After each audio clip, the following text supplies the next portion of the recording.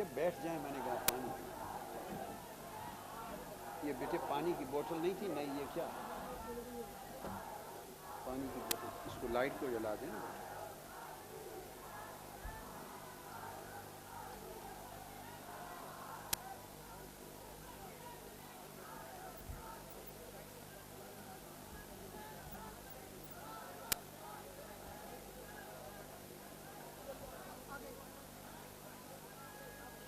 پانی دے دیں بیٹے.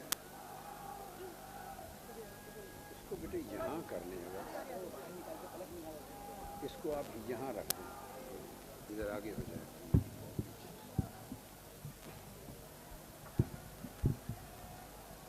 بس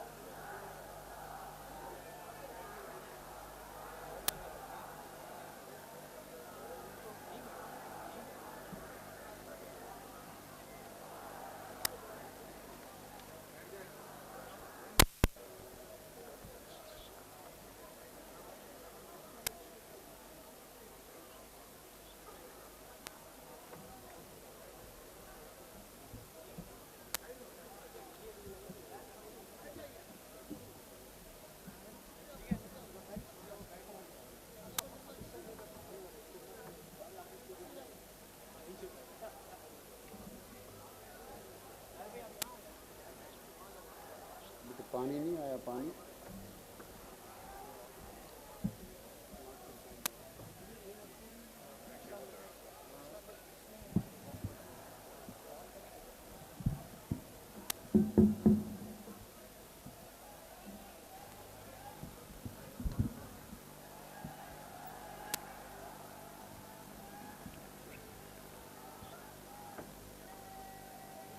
السلام علیکم ورحمۃ اللہ وبرکاتہ. پاؤں کے نیچے رکھ.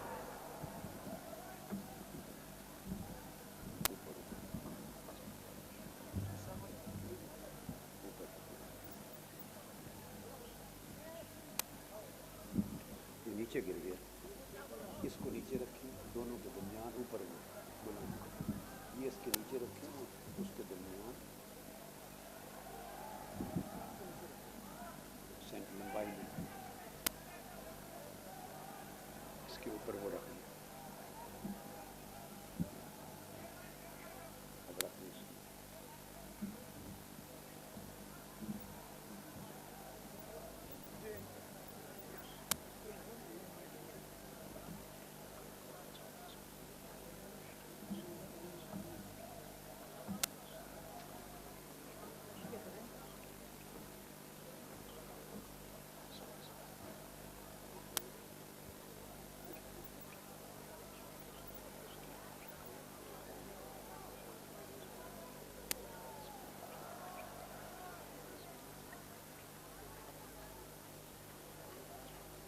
نحمده ونصلي ونسلم على سيدنا ومولانا محمد رسوله النبي الأمين المكين الحنين الكريم الرؤوف الرحيم.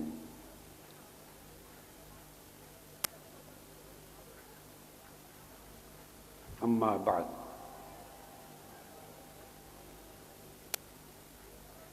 فأعوذ بالله من الشيطان الرجيم. بسم الله الرحمن الرحيم.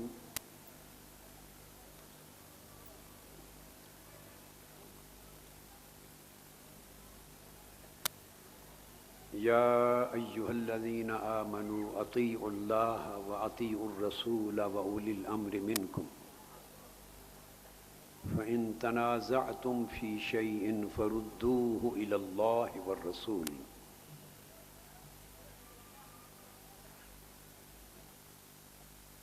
قال اللہ تبارک و تعالی وَإِذَا قِيلَ لَهُمْ تَعَالَوْا إِلَى مَا أَنزَلَ اللَّهُ وَإِلَى الرَّسُولِ رَأَيْتَ الْمُنَافِقِينَ يَصُدُّونَ عَنْكَ صُدُودًا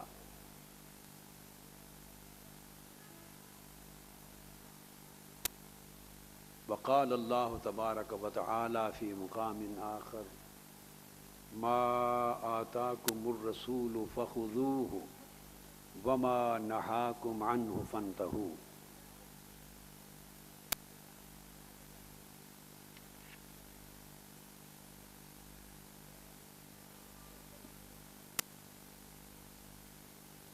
وروى الإمام محمد بن إسماعيل البخاري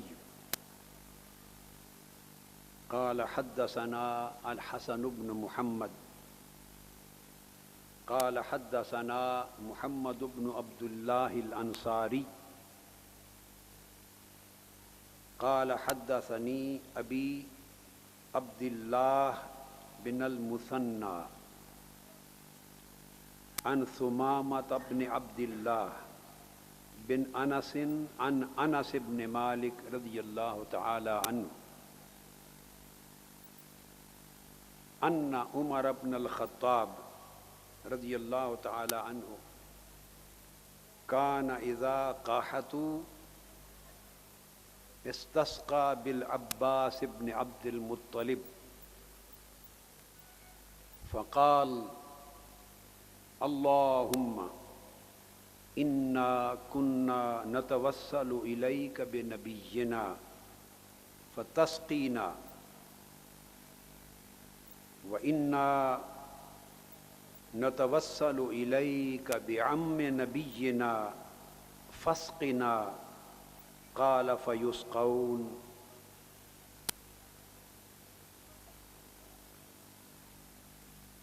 اخرجہ الامام البخاری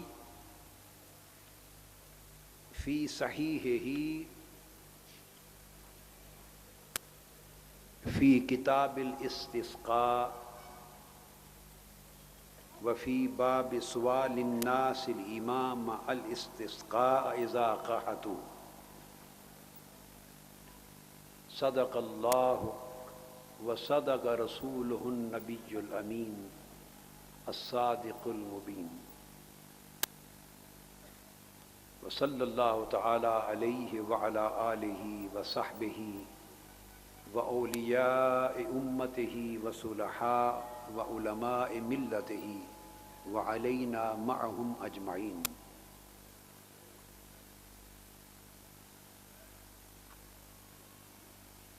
جمیع مشائخ اعظام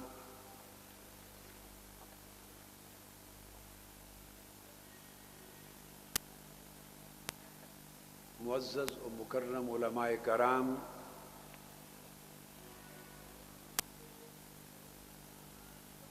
خطباء واعظین اور مبلغین کرام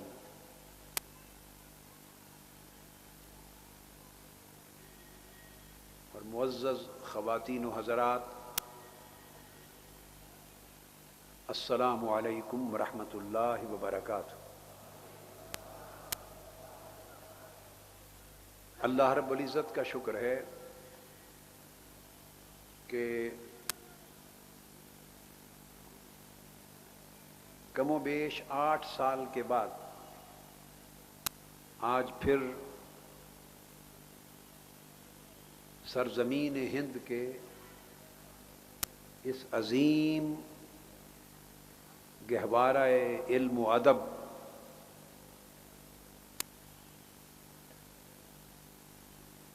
اور بلد عشاق و غلامان مصطفیٰ حیدرآباد دکن میں آپ حضرات سے پھر اللہ رب العزت نے ایک نہایت خوبصورت ملاقات کا موقع عطا فرمایا۔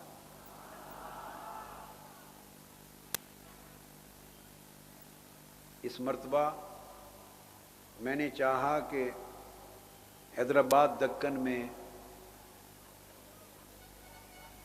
میرے قیام کے دوران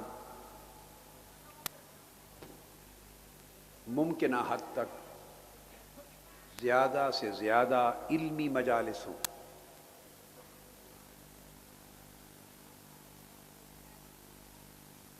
اور اس دورے کی ایک امتیازی خوبی یہ بھی ہے کہ امسال یہ دورہ صرف سرزمین حیدرآباد کے لیے نہیں بلکہ انڈیا کے بہت سے بڑے بڑے شہروں اور ریاستوں میں بھی پہلی بار مجھے جانے کا موقع مل رہا ہے۔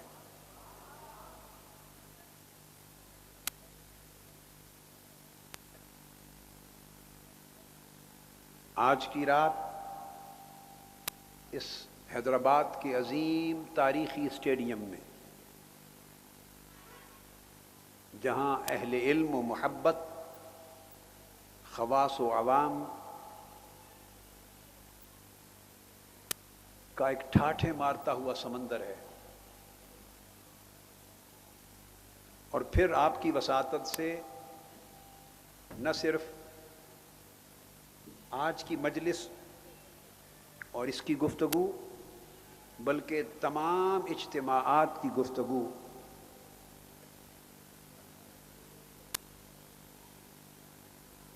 پورے انڈیا میں، یورپ اور آسٹریلیا کے سب کانٹیننٹ میں اور نارتھ امریکہ سمیت پوری دنیا کے اطراف و اکناف میں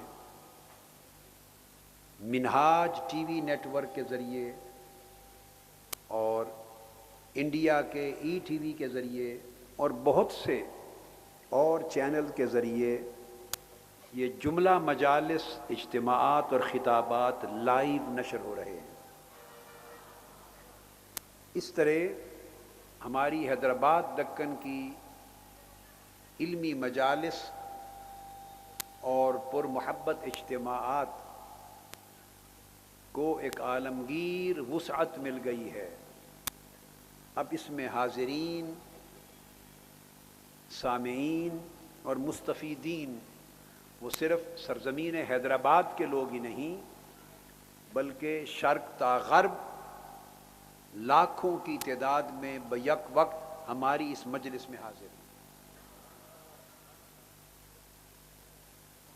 میں ان تمام ٹی وی چینلز اور منہاج ٹی وی نیٹ ورک کا صمیم قلب سے شکریہ ادا کرتا ہوں اور انہیں اس کار خیر کی توفیق نصیب ہونے پر مبارکباد دیتا ہوں۔ میرے لیے یہ امر بھی مسرت کا باعث ہے کہ میں پھر حضرت شیخ الحدیث جامعہ نظامیہ حیدرآباد دکن اور دیگر جملہ اکابر علماء اور شیوخ اور یہاں کے اساتذہ اور اہل علم اور خانوادہ سیدنا غوث العظم جیلانی رضی اللہ تعالی عنہ کے نونہال اور ان کے مہکتے چمکتے پھول اور اس خانوادہ کی بڑی بڑی عظیم شخصیتیں بھی اسٹیج پر موجود ہیں۔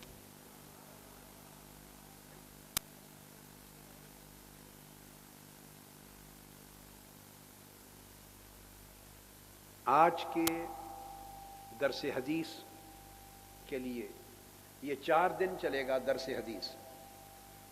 آج بھی انشاءاللہ تعالی یہاں ہوگا اور کل بھی یہیں ہوگا انشاءاللہ تعالی۔ یہ 2 راتیں درس حدیث ہوگا سیاستہ کی بعض منتخب احادیث۔ صاف ظاہر ہے 2 راتوں میں کتنا کچھ ہو سکتا ہے۔ بعض منتخب احادیث کی روشنی میں عقائد کی بعض اہم پہلوؤں پہ روشنی ڈالوں گا، اور وہ احادیث سیاستہ سے منتخب کی، پھر ان کی تشریح میں، تائید میں اور ان کی تفہیم میں ہم مزید قرآن مجید اور ائمہ مفسرین کی تصریحات اور دیگر جلیل القدر محدثین کی روایات و تائیدات کو بھی لیں گے۔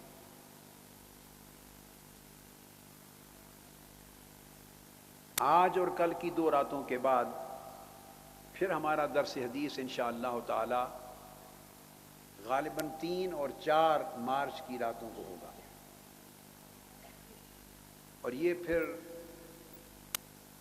Convention centre, city convention centre میں ہوگا،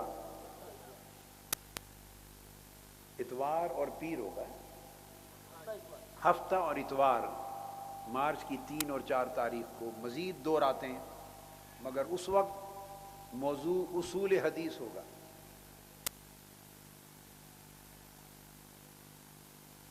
میری کوشش ہوگی کہ ان 2 راتوں میں، آج اور کل کی رات میں، موضوع عام فہم رہے، تاکہ آپ میں سے کسی شخص کو بھی سمجھنے اور بات کو ذہن نشین کرنے میں کوئی دشواری پیش نہ آئے۔ مگر 2-3 مقامات ایسے آ سکتے ہیں گفتگو کے دوران جن پر کچھ فن رجال پر گفتگو ہو جائے گی، حدیث کی سند پر گفتگو ہو جائے گی، اور بعض رجال اور روات پر، راویوں پر وارد ہونے والے اعتراضات کا جواب ہوگا۔ وہ حصہ عامت الناس کے لیے، وہ جو ایک سمندر ہے ٹھاٹھے مارتا ہوا، اور لاکھوں لوگ جو سامعین ہیں، ان کے لیے قدر مشکل ہوگا۔ لیکن ایک عجیب بات مولانا حبیب صاحب نے مجھ سے کہی، میں نے کہا کہ اب درس حدیث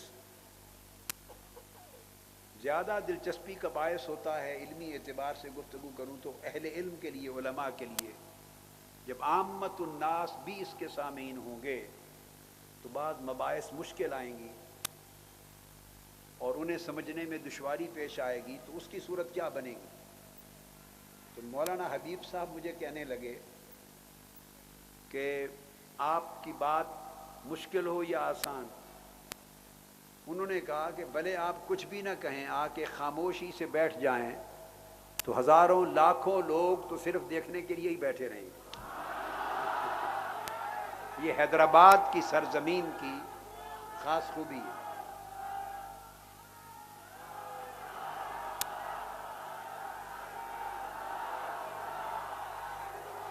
یہ اس محبت کا تسلسل ہے،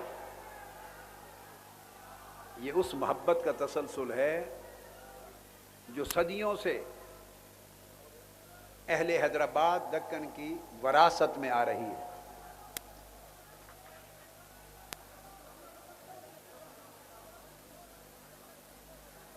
سو میں امید کرتا ہوں کہ گفتگو کے دوران اگر بعض مقام مشکل علمی یا زیادہ فنی بحثوں کے 1-2 مقامات یا 3 ایسے آ جائیں تو میرا خیال ہے کہ آپ پریشان ہو کے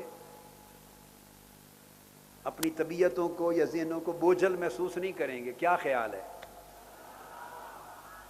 مجھے ایک شعر حیدرآباد دکن کے ایک صاحب، کوئی شاعر تھے، پچھلی بار سنا تھا، حضرت شیخ الحدیث صاحب مجھے کبھی نہیں بھولتا، اگر کہیں میں یادداشت کی وجہ سے اس میں کوئی رد و بدل نہ ہو گیا ہو، تاہم مگر اس کا جو معنی ہے وہ برقرار رہے گا۔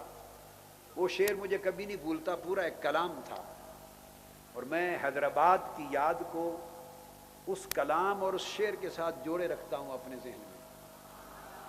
اس پوری نعتیہ کلام میں ایک شعر تھا کہ بدلے میں ایک دانت کے سب کر دیے شہید۔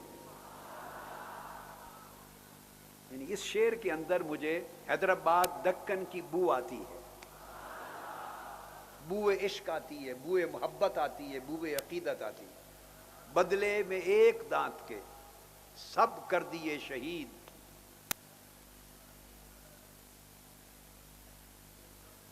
ایک دانت کا اویس کو کتنا ملال ہے، ایک دانت کا اویس کو کتنا ملال ہے۔ واہ واہ واہ۔ تو میں اہل حیدرآباد دکن کی محبت کو اس شعر کے اندر جس محبت کی چاشنی اور فراوانی ہے اس کے ساتھ اپنی یادوں میں جوڑے رکھتا ہوں۔ اور ایک بات میں تحدیث نعمت کے لیے آپ کے لیے کہوں کہ سچ بات ہے، دنیا کے کونے کونے میں گوشے گوشے میں جاتا ہوں اور ہندوستان کے باسی اور مکی ہر جگہ ملتے ہیں اور منہاج القرآن کی تنظیمات میں دنیا بھر میں وہ کام کر رہے ہیں، مگر 90% سے زیادہ پوری دنیا میں جو شخص بھی مجھے ملتا ہے اور منہاج القرآن کے کام میں مصروف دکھتا ہے، اس کا تعلق پوچھوں تو حیدرآباد دکن کی سرزمین سے ہے۔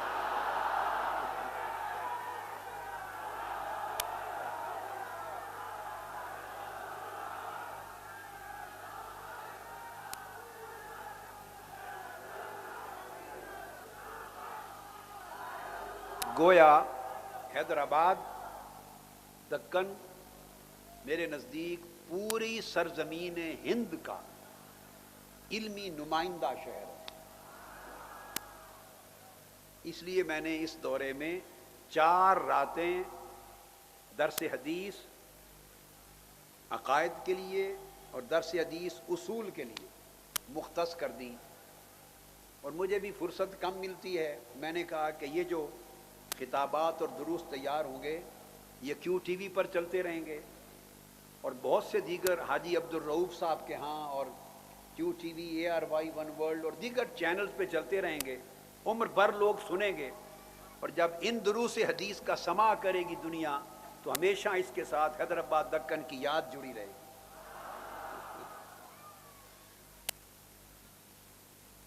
اب ہم اس ابتدائی تمہیدی اور محبتی گفتگو کے بعد اپنی بات کو شروع کرتے ہیں۔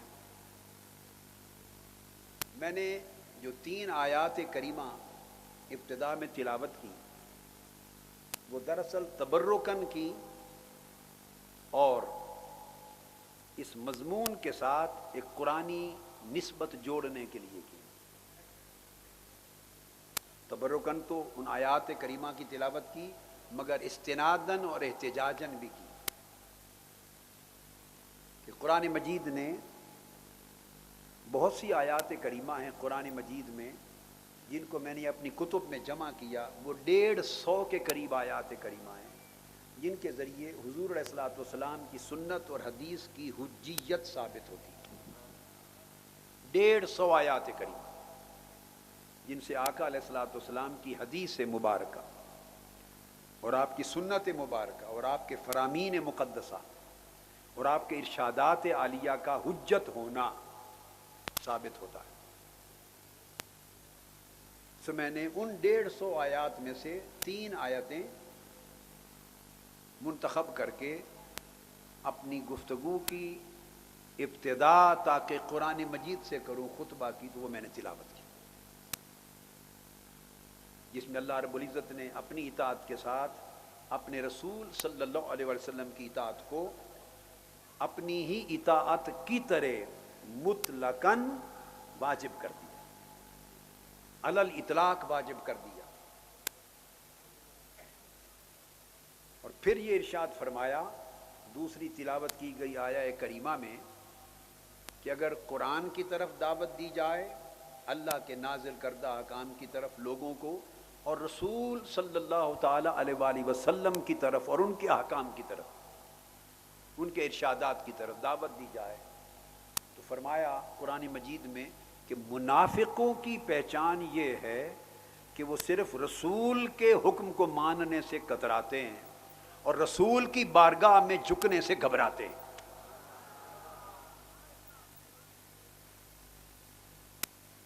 گویا اللہ رب العزت کے احکام کو ماننا ان کے لیے اتنا بوجھل اور مشکل نہیں ہوتا جتنا احکام و فرامین مصطفیٰ کا ماننا بوجھل ہوتا ہے۔ تو قرآن مجید میں ایسے لوگوں کو صریحاً منافق کہا گیا۔ اور پھر تیسری تلاوت کی گئی آیہ کریمہ میں ارشاد فرمایا جو کچھ رسول صلی اللہ علیہ وسلم تمہیں عطا کرے تم پر واجب ہے اسے لے لو، قبول کر لو، اور جس شے سے رسول تمہیں منع فرمائے تم پر واجب ہے کہ اس سے رک جاؤ۔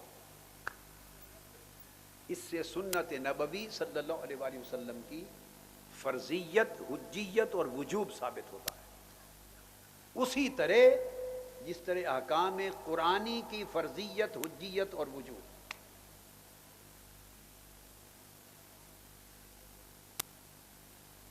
ان 3 آیات کریمہ کی تلاوت کے بعد تاکہ حدیث رسول صلی اللہ علیہ وآلہ وسلم اور سنت رسول صلی اللہ علیہ وآلہ وسلم کی اہمیت اسلام میں واضح ہو جائے، بیان کر کے اب آج کے درس حدیث کے لیے میں نے صحیح بخاری سے ایک حدیث کو پڑھا ہے جس کو آپ نے سنا۔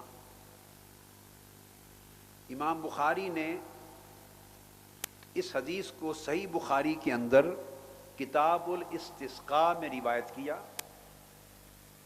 اور کتاب الاستسقاء کا 3 باب ہے، اور کتاب الاستسقاء الجامع الصحیح للبخاری اس کی 15ویں کتاب ہے، اور اس کتاب الاستسقاء کا باب نمبر 3 ہے۔ لوگوں کا امام سے سوال کرنا، امام سے، پیشوا سے، مقتدا سے، اپنے امیر سے استسقاء کے لیے، اللہ سے بارش طلب کرنے کے لیے سوال کرنا جب قحط ہو جائے، ایام قحط میں، یہ باب کا عنوان ہے، اس کو ترجمۃ الباب کہتے ہیں۔ اس باب کے اندر یہ حدیث روایت ہوئی ہے، اور یہ حدیث صحیح بخاری میں اس حدیث کا نمبر 1010 ہے۔ کتنا نمبر ہے؟ 1010 نمبر پر یہ حدیث آئی ہے صحیح بخاری میں، جو آج آپ نے سماع کیا، اور میں نے اس کی سند بھی پڑھی جو امام بخاری جس سند کے ساتھ اس کو لائے۔ حضرت انس بن مالک رضی اللہ تعالی عنہ اس حدیث کے راوی، اور مضمون اس حدیث کا توسل ہے، مضمون اس حدیث کا توسل، یعنی حضور نبی اکرم صلی اللہ علیہ وآلہ وسلم سے توسل کرنا، حضور علیہ الصلوۃ والسلام کو اپنی مشکلات میں وسیلہ بنانا، آقا علیہ الصلوۃ والسلام کا اللہ کے حضور وسیلہ پیش کرنا، یہ مضمون ہے اس آیت، اس حدیث پاک کا۔ اب توسل یا حضور علیہ الصلوۃ والسلام کو اور اولیاء اور صالحین کو بھی آقا علیہ السلام کی تتبع میں، اتباع میں، ان کو اللہ کے حضور وسیلہ بنانا، اس کی حیثیت کیا ہے؟ اسے یوں ذہن نشین کر لیں کہ امت کا، اسلامی تعلیمات کے اندر امت کا ایک تعلق ہے حضور نبی اکرم صلی اللہ تعالی علیہ وآلہ وسلم کی ذات اقدس، اور امت محمدی کا جو تعلق ہے حضور علیہ الصلوۃ والسلام سے، وہ تعلق کثیر الجہات ہے، وہ تعلق، بولیے، اس کی بہت ساری جہتیں اور بہت ساری ڈائمینشنز ہیں، لا تعداد جہتیں ہیں، ان میں سے میں چند ایک جہتوں کا صرف ذکر کرتا ہوں کہ بحیثیت امتی آپ کا، ہمارا، ہمارے آقا و مولا صلی اللہ تعالی علیہ وآلہ وسلم کے ساتھ کیا تعلق ہے، یا یوں کہیے کہ کیسا تعلق ہونا اور رہنا چاہیے۔ اس تعلق نبوی کی مختلف جہتوں میں سے پہلی جہت اور وہ بنیاد ہے، وہ ایمان ہے، آقا علیہ الصلوۃ والسلام کی ذات پاک سے ایمان کا تعلق امت کا، اور آقا علیہ السلام پر ایمان لانا یہی ہمارے مسلمان ہونے کی بنیاد ہے۔ حضور علیہ الصلوۃ والسلام پر ایمان لانے سے ہی ہمیں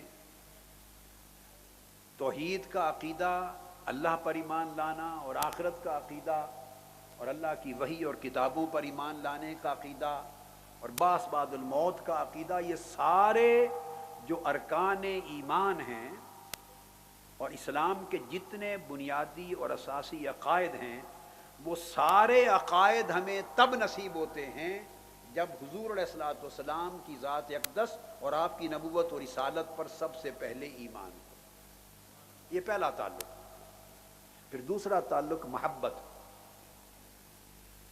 آقا علیہ الصلوۃ والسلام کی ذات سے عشق اور محبت، محبت آپ کی ذات سے بھی اور آپ کی ہر نسبت سے، جس شے کو بھی آقا علیہ السلام سے نسبت ہے اس سے بھی محبت کرنا، وہ حضور علیہ السلام ہی سے محبت تصور ہوگی۔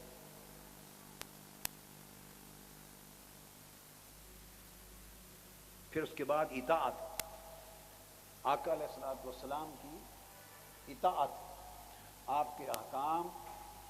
ہاں میں آپ کو دیکھ رہا تھا، حضرت کا پاشا صاحب کو، اعظم پاشا صاحب کو دیکھ رہا تھا۔ آپ بیٹھ جائیے بھائی، بس میں پیچھے آپ ہی کی زیارت کر رہا تھا کہ کہاں بیٹھے۔ آقا علیہ الصلوۃ والسلام کے جمیع احکام اور اوامر کی اطاعت، یہ تیسرا تعلق۔ چوتھا تعلق اتباع کا اور پیروی کا، پھر حضور علیہ السلام کی سنت طیبہ اور سیرت مبارکہ کی کامل پیروی کرنا، اس کی اتباع کرنا، آپ کے اسوہ حسنہ کی۔ پانچواں تعلق آقا علیہ السلام کی ذات کے ساتھ ادب و تعظیم کا، ادب، تعظیم، تعزیر، توقیر، آقا علیہ السلام کا ادب، آقا علیہ السلام کی ہر شے کا ادب، آقا علیہ السلام کی ذات کا ادب، آپ کے اصحاب کا ادب، آپ کی اولاد اور آپ کی عطرت اور آل کا ادب، اور آپ کے شہر مدینہ کا ادب، حرمین کا ادب، آپ کی حدیث کا ادب، سنت کا ادب، مدینہ پاک کے گلی کوچوں کا ادب، الغرض ہر شے جس کی نسبت ہے ذات مصطفیٰ سے اس کا ادب، اس کی تعظیم اور توقیر۔ یہ پانچویں جہت ہے ہمارے تعلق کی۔ پھر ساتویں جہت ہے امت کے اوپر جو حضور کے تعلق کی شکل، وہ ہمہ وقت آقا علیہ السلام پر صلاۃ و سلام، ہر وقت آقا علیہ السلام کا ذکر کرنا، الگ بھی کرنا، اور جب اللہ کا ذکر ہو تو اللہ کے ذکر کے ساتھ بھی کرنا، یعنی حضور کا ذکر کبھی ترک نہ ہو اور حضور پر درود و سلام کبھی ترک نہ ہو۔ تو یہ بھی ایک تعلق ہے آقا علیہ السلام سے، اس وجہ سے اللہ رب العزت نے نماز کا حصہ بنا دیا ہے درود و سلام۔ پھر ساتویں جہت ہے تعلق کی نصرت اور جان نثاری، آقا علیہ السلام کے دین کی نصرت، اپنی جان سے، مال سے، اپنی ہر استعداد اور صلاحیت سے آقا علیہ السلام کی دین کی مدد کرنا۔ یہاں تک 7 جہتیں ہوئی ہمارے تعلق کی جو حضور نبی اکرم صلی اللہ علیہ وآلہ وسلم کی ذات پاک سے۔ اس کے بعد 8ویں جہت تعلق کی ہے توسل، اللہ کے حضور آقا علیہ السلام کا وسیلہ پیش کرنا، ظاہراً بھی باطناً بھی، اور حضور علیہ السلام کے وسیلے سے طلب فیض کرنا، اخذ فیض کرنا، اور دنیا میں، برزخ میں، آخرت میں آقا کے توسل سے اللہ کے انعامات کو پانا۔ تو توسل جو آج کا موضوع ہے کہ حضور علیہ السلام ہمارا وسیلہ بنے اللہ کے حضور، تاکہ ہر قسم کی خیرات، نعمات، فرحات، سعادات، برکات، فیوزات اور فتوحات سب نصیب ہو حضور کے فیض سے۔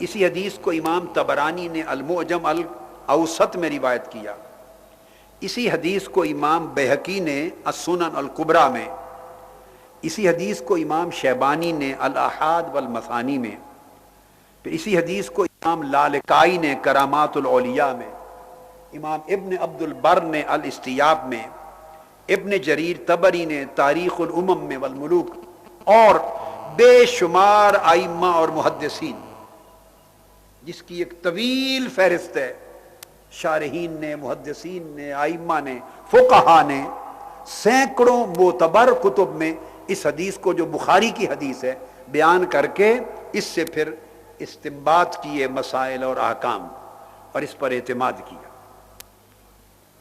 اب حدیث کا ترجمہ سن لیجئے، کیونکہ ابھی تک تو آپ بات کو سن رہے ہیں اور سوائے علماء کے باقی لوگ منتظر ہیں کہ اس حدیث میں بیان کیا ہوا ہے، اب وہ سن لیں۔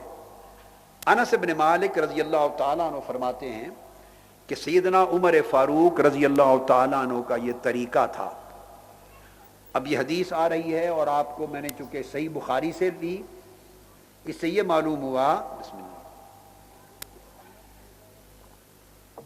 امام بخاری جو حدیث اپنی صحیح میں لاتے ہیں اور ترجمۃ الباب کے ساتھ اس حدیث الباب کا جو تعلق قائم کرتے ہیں، اس سے امام بخاری کا اپنا عقیدہ اور مذہب بھی ثابت ہوتا ہے۔ اس حدیث سے پہلی بات معلوم ہوئی کہ آقا علیہ السلام سے توسل کرنا، حضور کو وسیلہ جاننا، یہ امام بخاری کا عقیدہ تھا۔ یہ صرف اہل حیدرآباد دکن کا عقیدہ نہیں ہے، صرف اہل ہند اور اہل پاکستان کا عقیدہ نہیں ہے، صرف اہل عرب و عجم کا آج کی صدی کا عقیدہ نہیں ہے، بلکہ یہ عقیدہ قرآن و سنت کا ہے جسے امام بخاری بالالتزام بیان کر رہے ہیں۔ فرماتے ہیں انس بن مالک کہ سیدنا عمر بن الخطاب رضی اللہ تعالیٰ عنہ کیا کرتے کہ جب کبھی قحط ہو جاتا، قحط پڑ جاتا اور بارش نہ ہوتی تو آپ حضرت عباس بن عبد المطلب کے وسیلے سے بارش کی دعا کیا کرتے۔ حضرت عباس بن عبد المطلب حضور نبی اکرم صلی اللہ علیہ وآلہ وسلم کے حقیقی چچا ہیں، آقا علیہ السلام کے چچا ہیں، ان کے وسیلے سے، ان کے توسل سے حضرت عمر فاروق رضی اللہ تعالیٰ عنہ بارش کی دعا کرتے اور بارگاہ الہی میں یوں عرض کرتے کہ اے اللہ، ہم تیرے حضور اپنے نبی مکرم صلی اللہ تعالی علیہ وآلہ وسلم کو وسیلہ بنایا کرتے تھے۔ آقا علیہ السلام کا بھی معمول تھا جب کبھی بارش ہوتی، قحط ہوتا تو آپ صلاۃ الاستسقاء پڑھتے، بارش طلب کرنے کی ایک نماز ہے وہ پڑھتے، یا دوسری صورت یہ بھی ہوتی کہ قحط ہے تو صحابہ کرام براہ راست آقا علیہ السلام کی بارگاہ میں التجا کرتے تو آقا علیہ السلام ان کے لیے دعا کر دیتے۔ سیدنا فاروق اعظم رضی اللہ تعالیٰ عنہ یوں عرض کرتے، باری تعالیٰ آقا علیہ السلام کے زمانے میں جب کبھی ضرورت ہوتی تو ہم آقا علیہ السلام کے، حضور علیہ السلام اپنے نبی مکرم علیہ الصلوۃ والسلام کے وسیلے سے بارش طلب کرتے، حضور کو تیری بارگاہ میں وسیلہ بناتے۔ اب ہم تیری طرف اپنے نبی مکرم، ہمارے آقا و مولا صلی اللہ علیہ وآلہ وسلم، ان کے چچا کو تیرے حضور وسیلہ بنا رہے ہیں، ان سے توسل کر رہے ہیں۔ بس یہ عرض کرتے جب ان کا وسیلہ کر کے دعا کرتے، قال فیسقون، امام بخاری نے روایت کیا کہ انہیں صرف حضرت عباس بن عبد المطلب کے وسیلے سے بارش ہو جاتی۔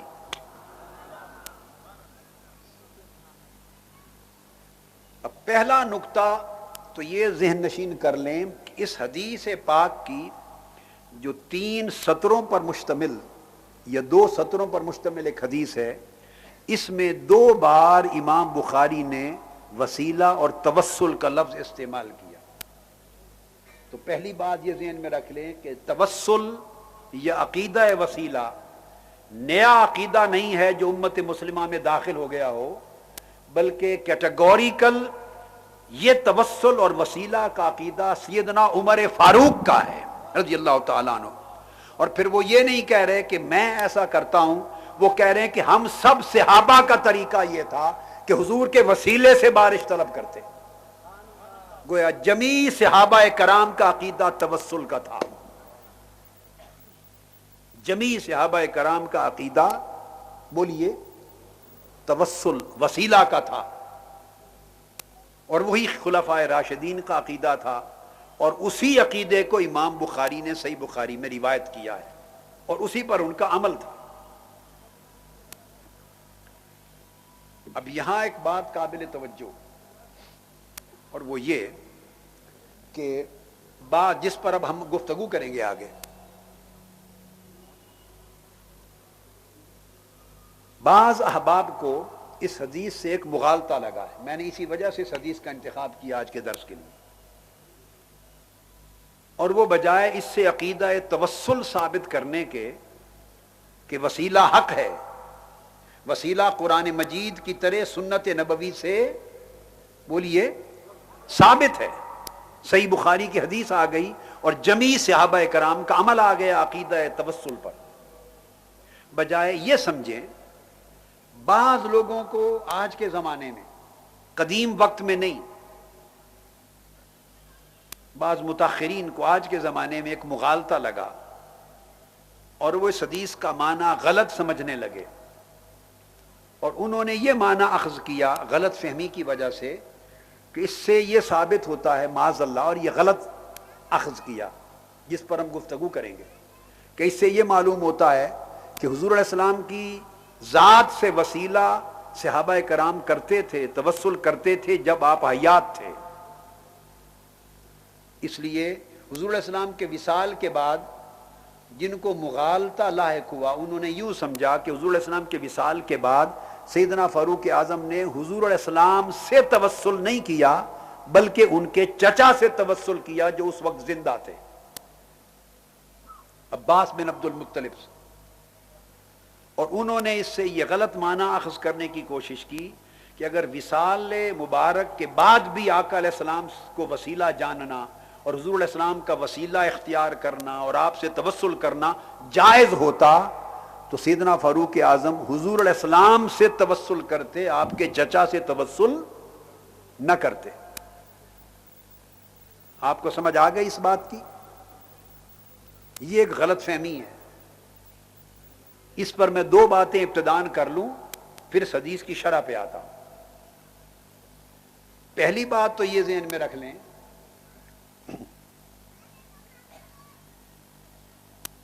کہ سیدنا فاروق اعظم رضی اللہ تعالی عنہ نے یہ جو بات کہی، اس پوری حدیث میں کہیں اس بات کا نہ ذکر ہے نہ اشارہ ہے کہ حضور علیہ السلام کے وصال کے بعد اب حضور سے توسل نہیں ہو سکتا. اس حدیث میں ایک لفظ بھی ایسا نہیں جس سے یہ اشارہ ملے.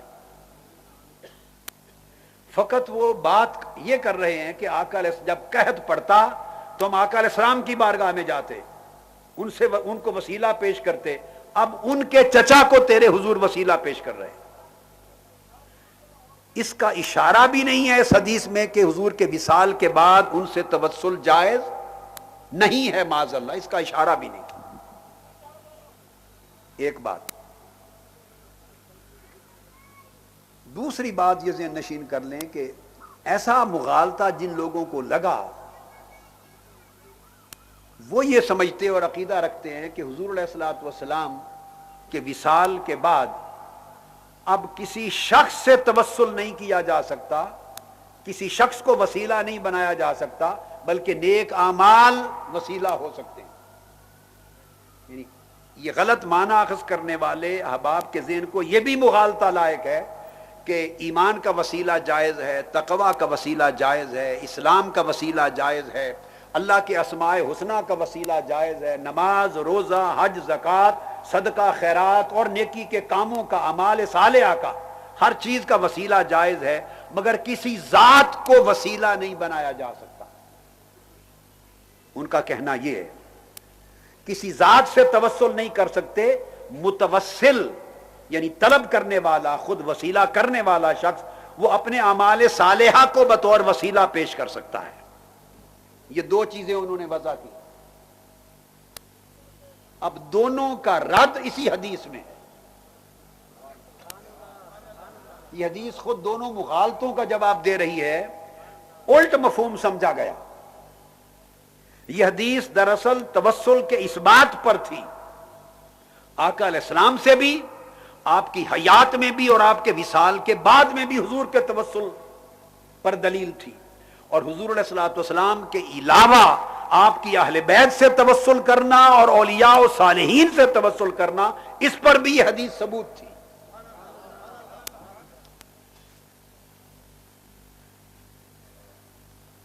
یہ بات ذہن نشین کر لیں، پھر ہم آگے چل رہے ہیں کہ صحیح بخاری کی کوئی 150 کے قریب شروع لکھی گئیں، 150 کے قریب شروع لکھی گئیں، ان میں سے بہت سی چھپ گئیں، کئیوں کے مخطوطے ہوں گے، اور جن کے مخطوطے ہیں ان کے تذکرے بھی شارحین محدثین نے اپنی کتب میں آگے کیے۔ میں ایک بڑی ذمہ داری کی بات کر رہا ہوں، آج کے دن تک صحیح بخاری کی جتنی شروح کا میں نے مطالعہ کیا، یا دیگر علماء محدثین، شارحین اور مدرسین اور محققین اور مصنفین نے جتنی شروح کا مطالعہ کیا ہوگا، جتنی شروح دنیا میں، دنیا علم میں دستیاب ہے آج تک، یہ معنی جو میں نے عرض کیا کہ یہ مغالطہ لگا کہ اس حدیث کا مطلب یہ ہے کہ حضور علیہ السلام کے وصال کے بعد آپ سے توسل جائز نہیں، اس لیے حضور علیہ السلام کی بجائے ان کے چچا کو وسیلہ بنایا گیا، چونکہ حضور کے وصال فرما جانے کے بعد اب حضور کو وسیلہ بنانا معاذ اللہ جائز نہیں۔ یہ جو معنی اس حدیث سے اخذ کیا گیا، یہ تاریخ اسلام کے صحیح بخاری کے کسی شارح امام نے آج تک یہ معنی بیان نہیں کیا۔ حدیث کے ایک طالب علم کے طور پہ ذہن نشین کر لیں، میں چند ایک کے حوالے کوٹ کروں گا، چند ایک جو بڑی مستند شروع ہیں صحیح بخاری کی، جن پر ہر کوئی اعتماد اور تکیہ کرتا ہے۔ اگر یہ معنی ہوتا سیدنا فاروق اعظم کے فرمان کا، اگر یہ معنی ہوتا صحیح بخاری کی اس حدیث کا، تو بھئی ائمہ حدیث اور شارحین حدیث اور شارحین بخاری میں کوئی ایک تو اس معنی کو بیان کرتا، کوئی ایک تو اس مفہوم کو اخذ کرتا۔ یہ کتنی بڑی بدعت ہے کہ بخاری کے شارحین میں سے، ائمہ میں سے کسی ایک نے یہ معنی آج تک اخذ نہیں کیا۔ اس کو یہ معنی آج اخذ کر لیا جائے تو گویا 1400 سال کی علمی تاریخ سے انحراف اور خود فہم حدیث کے باب میں ایک بدعت سیئہ ہے، بدعت دلالہ ہے فہم حدیث کے باب میں۔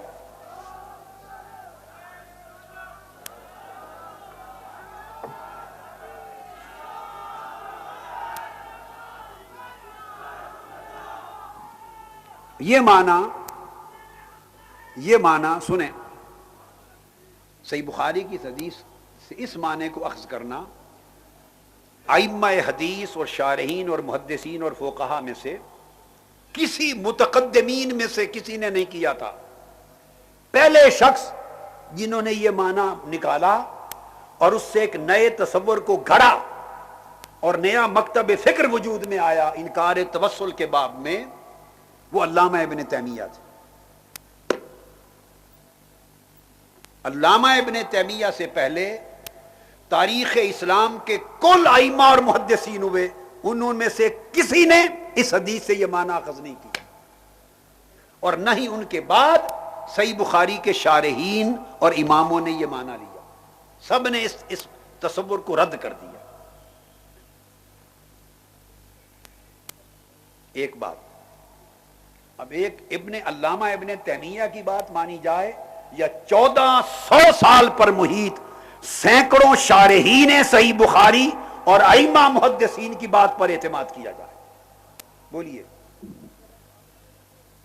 پھر اگلی بات اب اس حدیث کے متن میں لیتے ہیں کتنی نادانی ہوگی یہ معنی سمجھنے میں کہ حدیث کے اندر سیدنا فاروق اعظم جب حضور کے چچا سے توسل کرنے کی بات کر رہے ہیں تو در حقیقت حضور کے چچا سے توسل کرنے میں بھی وہ توسل حقیقت میں حضور علیہ السلام کا کر رہے ہیں، توسل اب بھی حضور سے کر رہے ہیں۔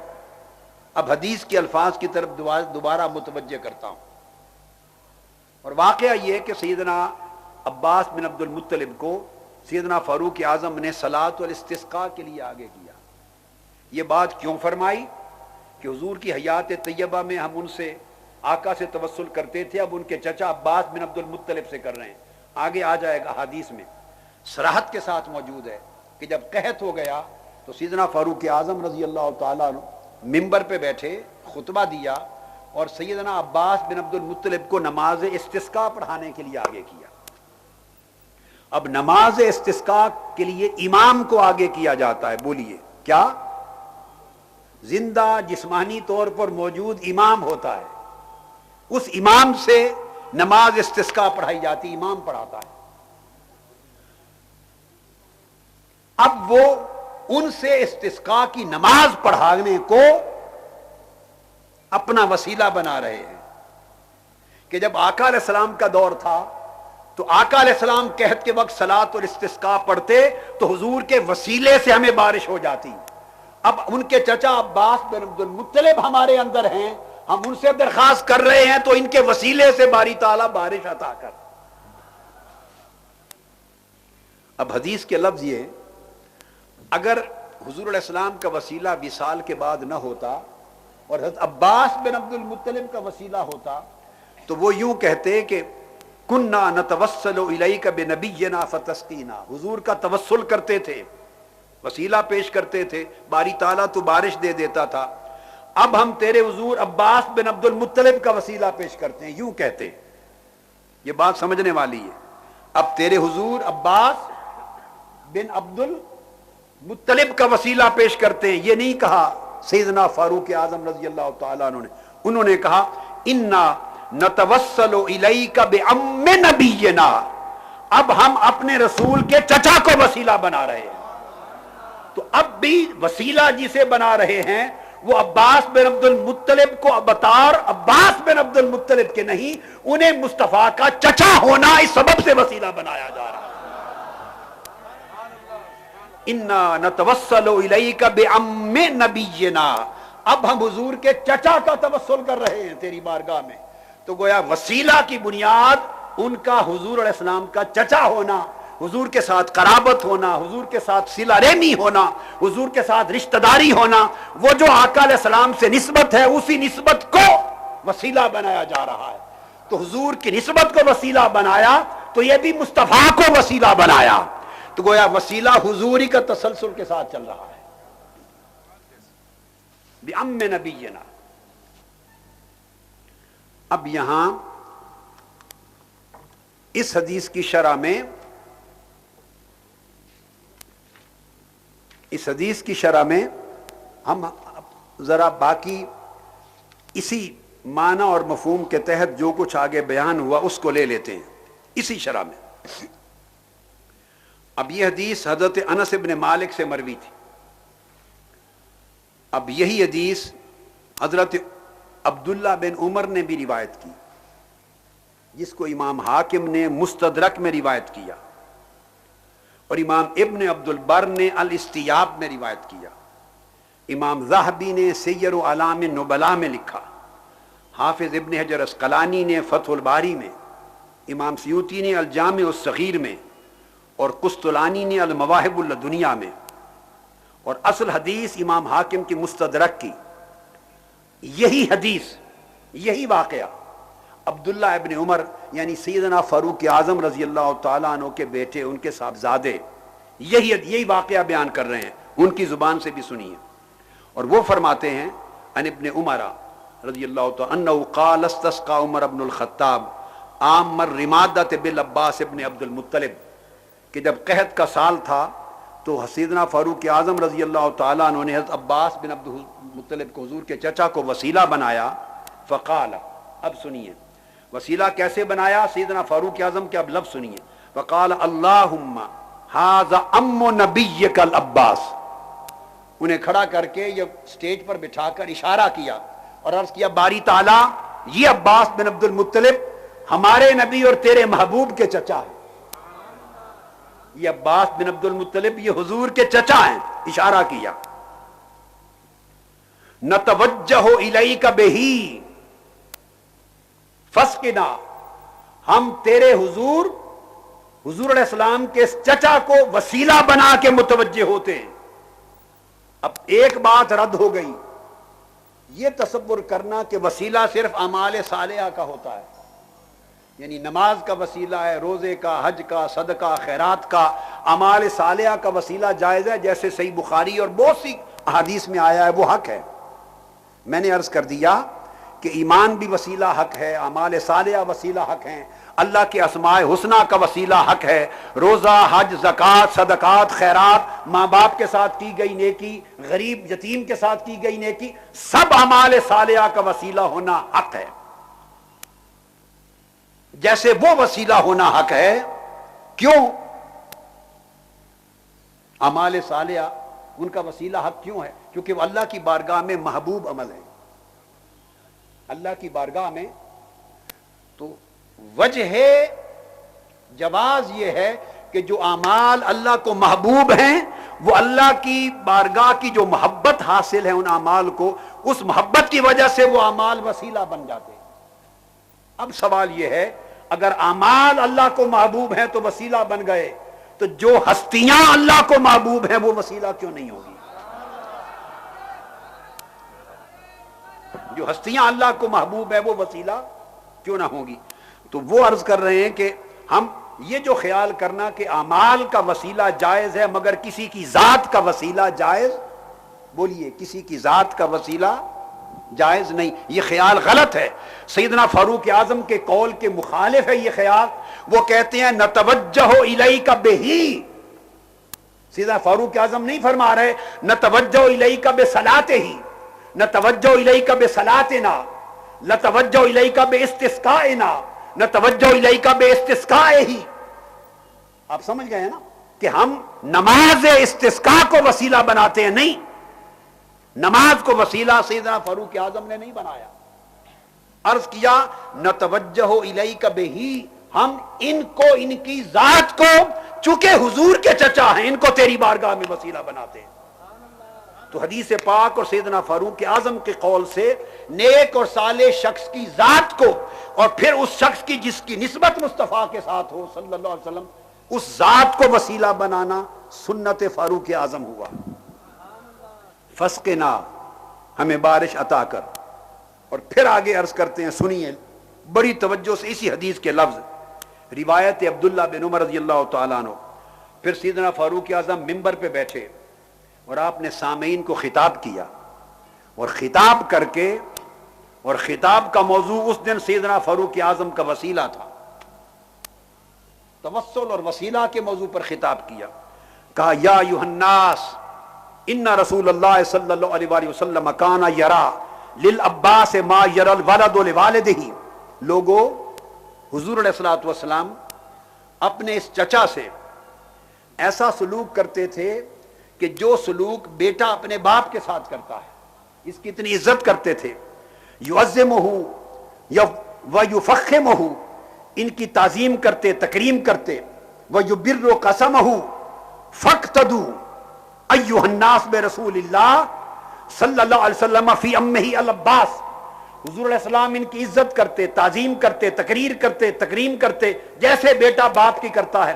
سو لوگوں، ان کی تعظیم و تکریم میں حضور کی سنت کی پیروی کرو، تم بھی ان کی تعظیم کرو. اور آگے لفظ سنیے سیدنا فاروق اعظم کے لفظ کیا ہے. فرمایا حضور کی پیروی کرو، واتخذوہ وسیلۃ الی اللہ، اور ان کو، نماز کو نہیں، دیکھ لیں یہ میں حدیث پڑھ رہا ہوں، نہ نماز کا ذکر کیا، نہ عمل صالح کا ذکر کیا، نہ روزے کا، نہ حج کا، نہ زکوٰۃ کا، نہ صلاۃ والاستسقاء کا، نہ دعا کا، اعمال کا ذکر ہی نہیں کیا. کہا واتخذوہ وسیلۃ الی اللہ تعالی، فیما نزل بکم. حضرت عباس بن عبد المطلب جو حضور کے چچا ہیں، چونکہ حضور کو ان سے محبت تھی، حضور کے ساتھ ان کی نسبت اور قرابت تھی، سو آقا علیہ السلام کی اس نسبت، اس تعظیم و تکریم اور قرابت کا خیال کر کے انہیں اللہ کی طرف اپنا وسیلہ بناؤ. حضرت عباس کو اللہ کی بارگاہ میں اپنا، بولیے، اپنا وسیلہ بناؤ. تو حدیث نے سیدنا فاروق اعظم کے الفاظ میں اس بات کی صراحت کر دی کہ اس وقت وسیلہ نماز کو نہیں بنایا جا رہا، کسی عمل کو نہیں بنایا جا رہا، بلکہ وَاتَّخِذُوهُ وَسِيلَةً إِلَى اللَّهِ تعالی. حضرت عباس عبد المطلب جو حضور کے چچا ہیں، ان کو اللہ کی بارگاہ میں اپنا وسیلہ بنا لو. تو سیدنا فاروق اعظم کا عقیدہ اس حدیث کی روح سے معلوم ہوا کہ ایک شخص کی ذات مقدسہ کو، مبارکہ کو اللہ کے حضور وسیلہ بنایا گیا، نہ کہ کسی عمل کو، نہ کہ کسی عمل کو. یہ سیدنا فاروق اعظم کے کلمات ہیں کہ وہ کہہ رہے ہیں وَاتَّخِذُوهُ وَسِيلَةً إِلَى اللَّهِ، ان کی ذات کو اللہ کے حضور وسیلہ بنا لو. اب سنیے حضرت عباس بن عبد المطلب کیا کہتے ہیں. منبر پہ بیٹھ گئے، لوگوں سے یہ خطاب کر کے سیدنا فاروق اعظم نے پھر حضرت عباس بن عبد المطلب سے کہا کہ آپ بارش مانگیے، اللہ سے بارش مانگیے. اب یہاں ایک توجہ طلب بات ہے. استسقاء بنیادی طور پہ بارش طلب کرنا قحط ہو جائے تو حق ہے امام کا، اور امام اس وقت امیر المومنین حضرت فاروق اعظم رضی اللہ تعالیٰ عنہ تھے. یہ بات بڑی اہم ہے. صلاۃ الاستسقاء کی امامت کرانا اور استسقاء کرنا، یا لوگوں کا بارش طلبی کے لیے نماز کا کہنا، یہ حق ہے امام کا. اور امام کون تھے اس وقت؟ بولیے. خلیفہ راشد سیدنا فاروق اعظم امام تھے. تو اصول کے مطابق اللہ سے بارش طلب کرنے کی دعا کس کو کرنی چاہیے تھی؟ بولیے بھائی.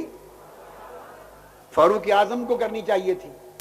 اور بات یہ ہے وہ اس بات کا ذکر کر رہے ہیں جیسے آقا علیہ السلام کا زمانہ تھا تو اس وقت کوئی شخص کسی اور کے پاس دعا کروانے کے لیے، بارش کی دعا کے لیے نہیں جاتا تھا، چونکہ حضور امام تھے، حضور نبی تھے، رسول تھے، قائد تھے، امام تھے.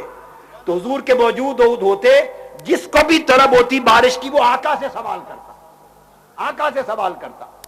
اب سنیں، اب سیدنا فاروق اعظم یہ کیوں کہہ رہے ہیں؟ جس سے لوگوں کو مغالطہ لگا اس کا جواب دے رہا ہوں. اس مغالطے کی بنیاد کیا بنی؟ سیدنا فاروق اعظم کہہ رہے ہیں کہ باری تعالیٰ پہلے آقا علیہ السلام سے درخواست کرتے تھے، ان کا توسل کرتے تھے. اب میں خلیفہ ہوں، امیر المومنین ہوں، میں امام ہوں. اب اصول تو یہ تھا کہ میں تجھ سے بارش طلب کروں، میں ہاتھ اٹھاؤں اور نماز استسقاء پڑھوں، چونکہ میں خلیفہ و امیر المومنین ہوں. جیسے آقا کی بارگاہ میں حضور کے زمانے میں جاتے تھے کہ وہ امام تھے، اب میری ذمہ داری ہے کہ بارش طلب کروں. مگر نہیں، میں حضور کے چچا کے ہوتے ہوئے میں ہاتھ نہیں اٹھانا چاہتا، عباس کو کہتا ہوں کہ وہ مانگے. یہ ہے اس حدیث کا معنی.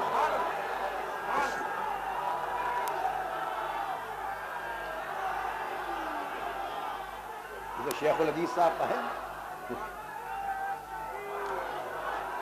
یہ جملہ، جس سے مغالطہ لگا، بعض لوگوں کو مغالطہ لگا کہ اللہم انا کنا نتوسل الیک بنبینا، کہ طریقہ یہ تھا کہ جو امام اس کی بارگاہ میں جایا جائے اور لوگ اس سے سوال کریں کہ آپ اللہ کے حضور بارش طلب کریں، خواہ وہ ہاتھ کے ذریعے بارش طلب کرے، خواہ وہ نماز استسقاء پڑھائے. طریقہ یہ. سو اس طریقے کی روح سے میرا فرض بنتا ہے کہ میں تیرے حضور ہاتھ اٹھا کر استسقاء کروں یا صلاۃ الاستسقاء پڑھاؤں. مگر وہ یہ کہہ رہے ہیں کہ اب ہم ذرا طریقہ بدل رہے ہیں، اگر اسی طریقے پر چلتے تو میں عرض کرتا، مگر باری تعالیٰ میں طریقہ اس لیے بدل رہا ہوں کہ اب ہمارے اندر مصطفیٰ کے چچا موجود ہیں، حضرت عباس کے ہوتے ہوئے ان سے کیوں نہ عرض کروں اور انہیں وسیلہ کیوں نہ بناؤں، میں ہاتھ کیوں اٹھاؤں. ہم حضور کے چچا کو وسیلہ بناتے ہیں. یہ جو فرق کیا اس کی حکمت یہ تھی، یہ نہیں تھی کہ حضور کے بعد اب معاذ اللہ انہیں وسیلہ نہیں بنا سکتے، اب ان کے چچا کو بنائیں گے، یہ کیا بات ہوئی؟ آقا کو نہیں بنا سکتے تو چچا کیسے وسیلہ بن گیا؟ جو ذات خود اب وسیلہ نہیں بن سکتی، ان کے بعد چچا کاہے کا وسیلہ بن سکتا ہے؟ اس چچا کو وسیلہ بنایا کس نے؟ اس چچے کو مقام توسل پر پہنچایا کس نے؟ اس چچے کو وسیلہ ہونے کے مقام پر مصطفیٰ کی قرابت نے تو فائز کیا ہے۔ مصطفیٰ کے چچا ہونے تھے تو انہیں اس قابل بنایا کہ فاروق اعظم بھی آج ان کی محتاجی کر رہے ہیں۔ ارے جن کے صدقے سے عباس بن عبد المطلب خود وسیلہ کے مقام پر فائز ہوئے، ان کا وسیلہ نہ بنے ان کا ہو، یہ کہاں کی عقل مندی اور دانش مندی بن گئی؟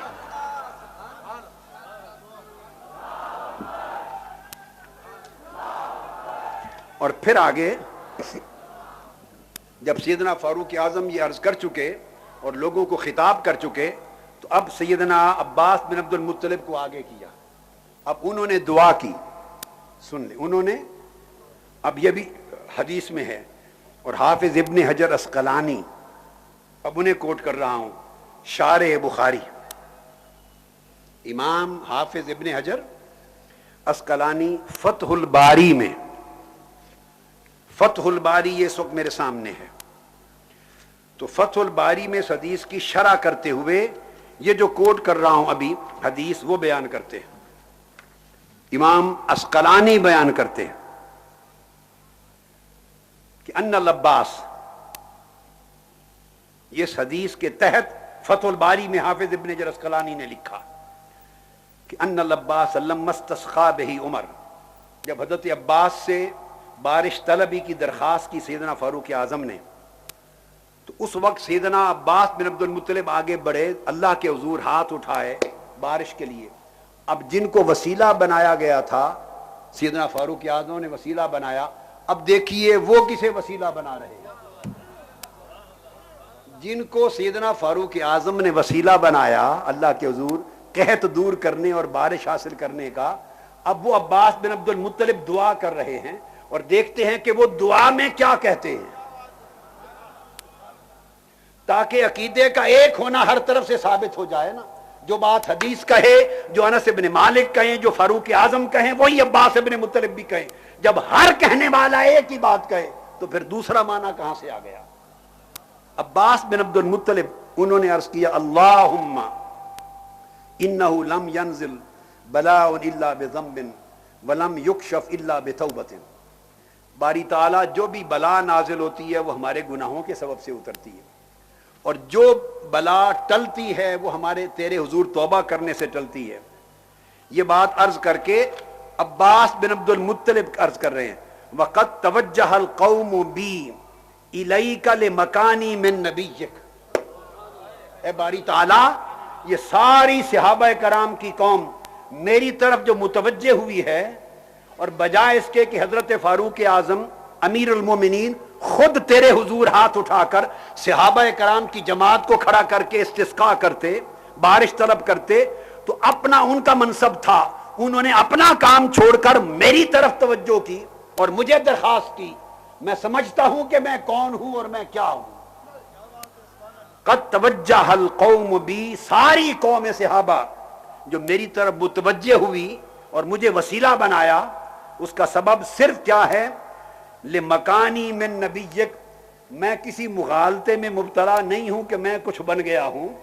فاروق اعظم سمیت کل صحابہ جو میرے پاس آئے ہیں استسقاء کے لیے وسیلہ بنانے، عرض کیا باری تعالیٰ صرف اس لیے کہ میری ایک نسبت اور قرابت تیرے محبوب مصطفیٰ سے ہے۔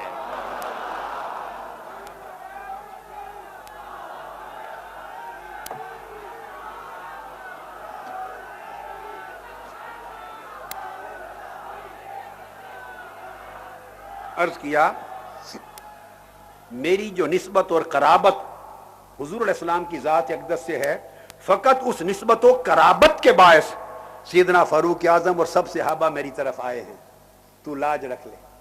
پھر آپ نے دعا کی، اور پھر دعا ختم ہوئی نہ تھی کہ بادل امنڈ آئے اور موسلا دار بارش شروع ہو گئی۔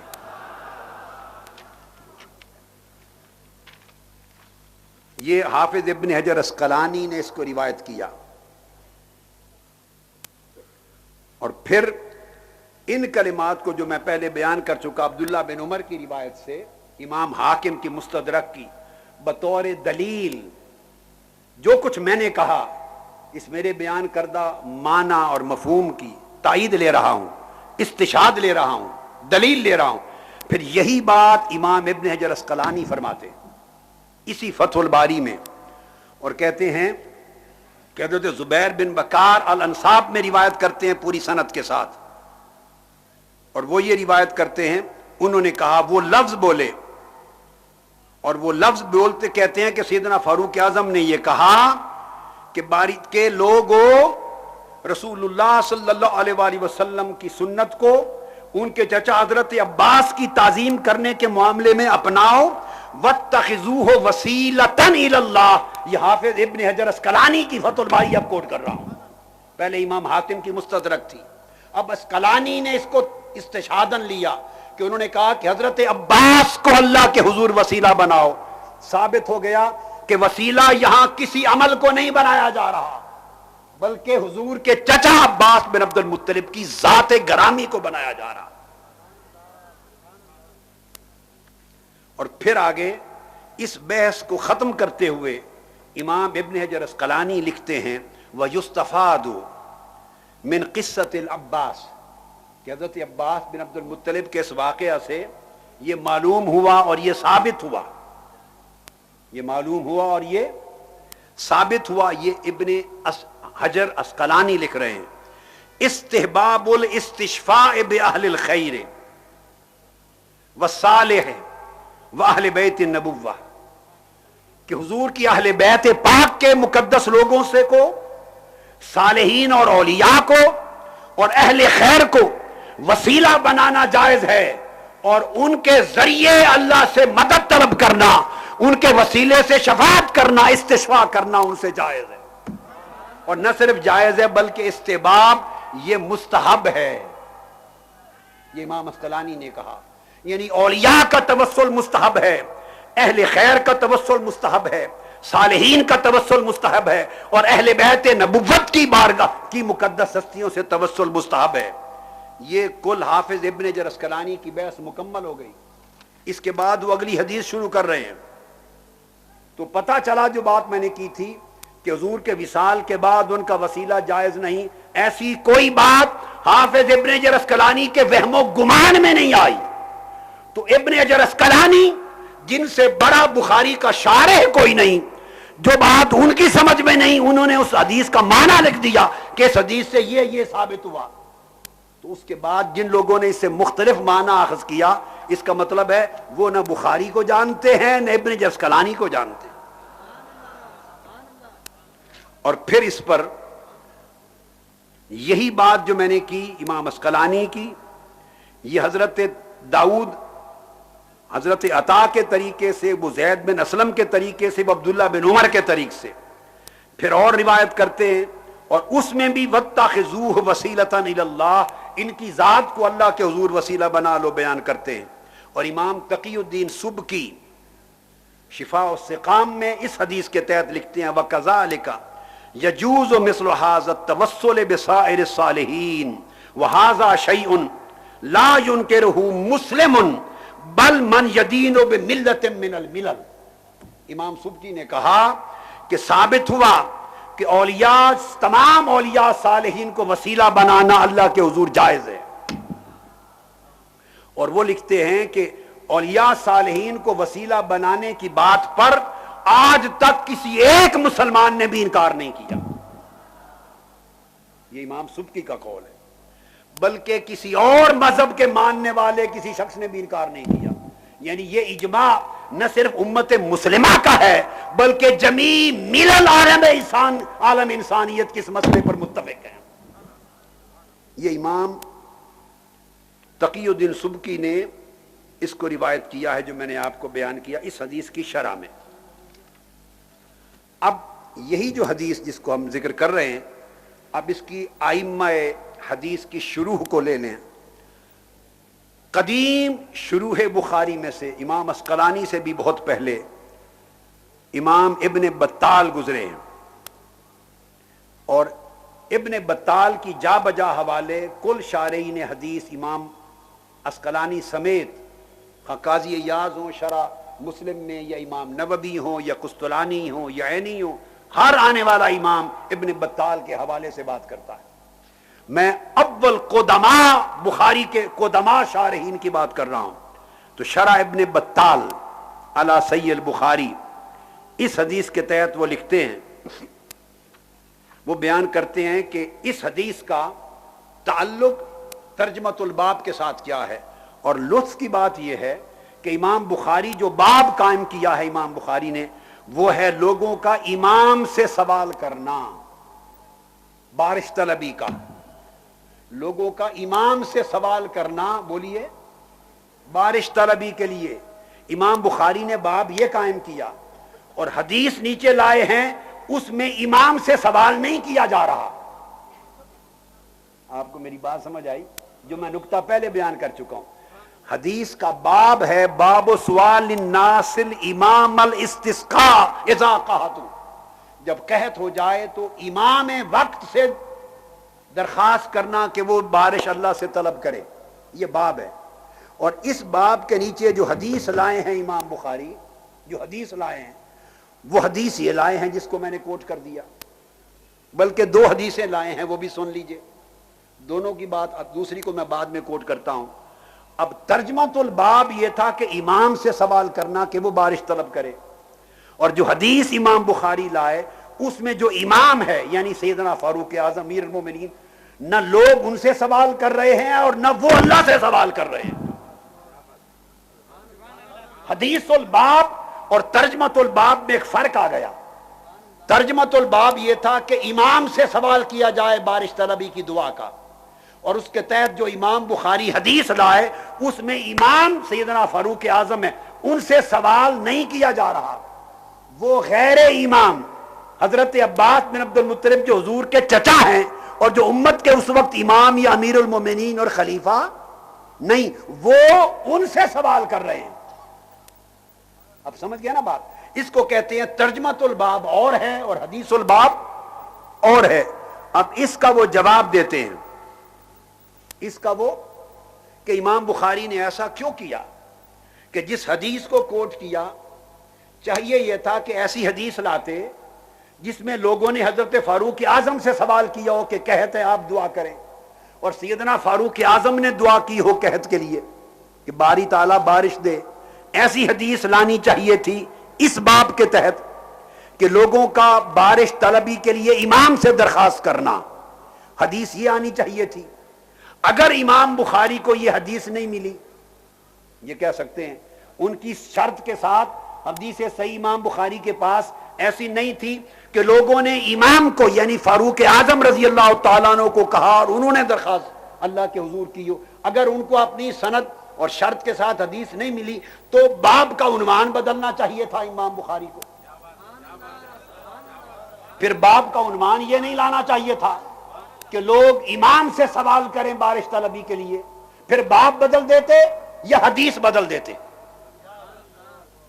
یہ اعتراض وارد ہوتا ہے، اس کا جواب امام ابن بطال نے دیا ہے، امام ابن بطال نے دیا ہے۔ وہ کہتے ہیں کہ امام بخاری کا ترجمۃ الباب یہ لانا بھی درست، اور اس کے تحت یہ حدیث الباب لانا بھی درست۔ کیوں؟ اب وہ وجہ سنیے، اب سنیے اگلوں کے عقیدے کیا تھے اور ہم نے کتنا انحراف کر دیا، اگلوں کے عقیدوں سے بدل لیے عقیدے، اور کہتے ہیں کہ یہ عقیدہ رکھنے والے بدعتی ہیں اور وہ عقیدہ رکھنے والے سنتی ہیں۔ کتنے افسوس کی بات ہے، عقیدہ تبدیل کرنا بدعت ہے۔ جو عقیدہ امام بخاری کا ہے، فاروق اعظم کا ہے، عباس ابن عبد المطلب کا ہے، انس ابن مالک کا ہے، کل صحابہ خلفاء راشدین اور ائمہ حدیث کا ہے، وہ عقیدہ حق ہے۔ ابن بطال کہتے ہیں کہ ترجمۃ الباب بھی درست ہے، جو امام سے مانگنا، بارش کے لیے درخواست کرنا، اور حدیث الباب جو امام سے نہیں مانگا بلکہ ان کی جگہ حضرت عباس سے مانگا، سوال کیا کہ آپ اللہ سے التجا کریں، دونوں درست ہیں۔ کیوں؟ اب انہوں نے لطیف بات کی، اب دیکھیے وہ کیا سمجھے، وہ جو آقا علیہ السلام کی بات کرتے ہیں کہ آقا علیہ السلام سے ہم توسل کیا کرتے تھے، وہ کہتے ہیں اس کو لوگ سمجھے ہی نہیں کہ اس سے مراد کیا ہے۔ ارے یہ تو قصہ ہی نہیں کہ حضور حیات تھے تو ان سے کرتے تھے اور اب وہ نہیں ہے تو ان سے نہیں کرتے۔ استغفر اللہ العظیم، یہ کسی ایک محدث جو شرح بخاری کرنے والا اس نے نہیں لکھا۔ میں اس کو بار بار زور دے کے کہہ رہا ہوں، یہ عقیدہ بعد میں گھڑا گیا ہے، جس کی ابتدا صرف علامہ ابن تیمیہ نے کی، اور پھر جنہوں نے ان کو مانا اس طریق پہ انہوں نے عقیدہ بنایا، قلیل لوگوں پر مشتمل، پوری امت کا عقیدہ وہی رہا جو اوپر سے چلا آ رہا تھا۔ اور وہ کیا؟ امام ابن بطال اس کا معنی کرتے ہیں کہ یہ جو حدیث میں فاروق اعظم اشارہ کر رہے ہیں کہ ہم آقا علیہ باری تعالیٰ آقا علیہ السلام کے وسیلے سے بارش لیتے تھے، آقا علیہ السلام کے وسیلے سے بارش لیتے تھے، امام ابن بطال نے حدیث الباب اور ترجمۃ الباب کے درمیان تعلق کو واضح کرتے ہوئے یہ لکھا کہ در حقیقت یہ جو اشارہ کیا ہے سیدنا فاروق اعظم نے کہہ کر اللہم انا کننا نتوسل الیک بنبینا، کہ ہم حضور کے وسیلے سے بارش لیتے تھے، وہ کہتے ہیں کہ معلوم ہو جانا چاہیے تمہیں لوگوں کہ یہ اشارہ فاروق اعظم کس بات کی طرف کر رہے ہیں کہ ہم حضور کے وسیلے سے بارش لیتے تھے۔ وہ کہہ رہے ہیں کہ وہ اشارہ کر رہے ہیں حضرت ابو طالب کے شعر کی طرف، حضرت ابو طالب کے ایک شعر کی طرف اشارہ کر رہے ہیں سیدنا فاروق اعظم۔ سیدنا فاروق اعظم دراصل حضرت ابو طالب کے اس شعر کی طرف اشارہ کر رہے ہیں۔ امام ابن بطال لکھتے ہیں جس میں حضرت ابو طالب کے پورا ایک قصیدہ ہے حضور کی شان میں، اور اس قصیدے کے شعر کو امام بخاری نے روایت کیا ہے صحیح بخاری میں، اور اس کے راوی حضرت عبداللہ بن دینار رضی اللہ تعالیٰ عنہ ہیں، امام بخاری نے ہی روایت کیا۔ امام بخاری اس حدیث میں سیدنا فاروق اعظم کی بات کا جو ریفرنس ہے وہ صحیح بخاری میں روایت کردہ ایک اور حدیث سے جوڑ رہے ہیں، اور وہ حدیث دوسری جو ہے امام بخاری کی وہ بھی اسی کتاب الاستسقاء میں آئی ہے۔ اور آپ پوچھیں گے کہاں؟ وہ اس حدیث جس پر گفتگو ہو رہی اس سے پہلی حدیث وہ ہے کتاب الاستسقاء میں۔ بات سمجھنے والی ہے بڑی توجہ سے، کتاب الاستسقاء میں امام بخاری صرف 2 حدیثیں لائے ہیں۔ اب ذرا عقیدے دیکھیے ان کے، اللہ سے بارش طلبی کے موضوع پر امام بخاری رحمت اللہ تعالی علیہ اپنی کتاب الاستسقاء صحیح بخاری میں کتنی حدیثیں لائے ہیں؟ صرف 2۔ اور امام ابن بطال کہتے ہیں کہ فاروق اعظم رضی اللہ تعالیٰ عنہ کے اس کے قول کا اشارہ اس سے پہلی حدیث کی طرف ہے جو کتاب الاستسقاء میں پہلے نمبر پر امام بخاری روایت کرتے، اور دوسرے نمبر پر یہی حدیث ہے حضرت عباس سے استسقاء والی، توسل والی، وہ کہتے ہیں اس کی طرف اشارہ کر رہے ہیں۔ اور وہ حدیث یہ ہے ان عبداللہ ابن دینار، حدیث نمبر ہو گیا گویا میں نے بتایا وہ 1010 تھا، اور اس حدیث کا نمبر صحیح بخاری میں 1009 ہے۔ بولیے 1000، ٹھیک اس سے اوپر ایک حدیث، اور اسی کتاب الاستسقاء کی پہلی حدیث۔ وہ کہتے ہیں کہ میں نے عبداللہ بن عمر رضی اللہ تعالیٰ عنہ سے سنا، قال سمعت ابن عمر رضی اللہ تعالیٰ عنہ یتمثل بشعر ابی طالب، وہ سیدنا حضرت ابو طالب کے شعر کو پڑھتے تھے اور وہ ان کے شعر کو کوٹ کرتے تھے، یہ شعر پڑھا کرتے تھے، میں نے سنا، اور وہ شعر تھا وَأَبْيَضَ يُسْتَسْقَى الْغَمَامُ بِوَجْهِهِ، وَأَبْيَضَ يُسْتَسْقَى الْغَمَامُ بِوَجْهِهِ سِمَالُ الْيَتَامَى عِصْمَةٌ لِلْأَرَامِلِ۔ وہ شعر ہے جس میں حضرت ابو طالب نے کہا کہ وہ گورے مکھڑے والے محبوب مصطفیٰ، ہائے ہائے ہائے، وہ گورے مکھڑے والے، وہ روشن گورے چہرے والے مصطفیٰ جن کے چہرے انور کے توسل سے بارش مانگی جاتی ہے، جن کے چہرے کے حسن کے وسیلے سے بارش مانگی جاتی ہے، جن کے چہرے کے نور کے وسیلے سے بارش مانگی جاتی ہے، جن کے چمکتے دمکتے چہرے کی رعنائیوں کے وسیلے سے بارش مانگی جاتی ہے۔ اب آپ دیکھیے، قربان جاؤں امام بخاری آپ کے عقیدے پر،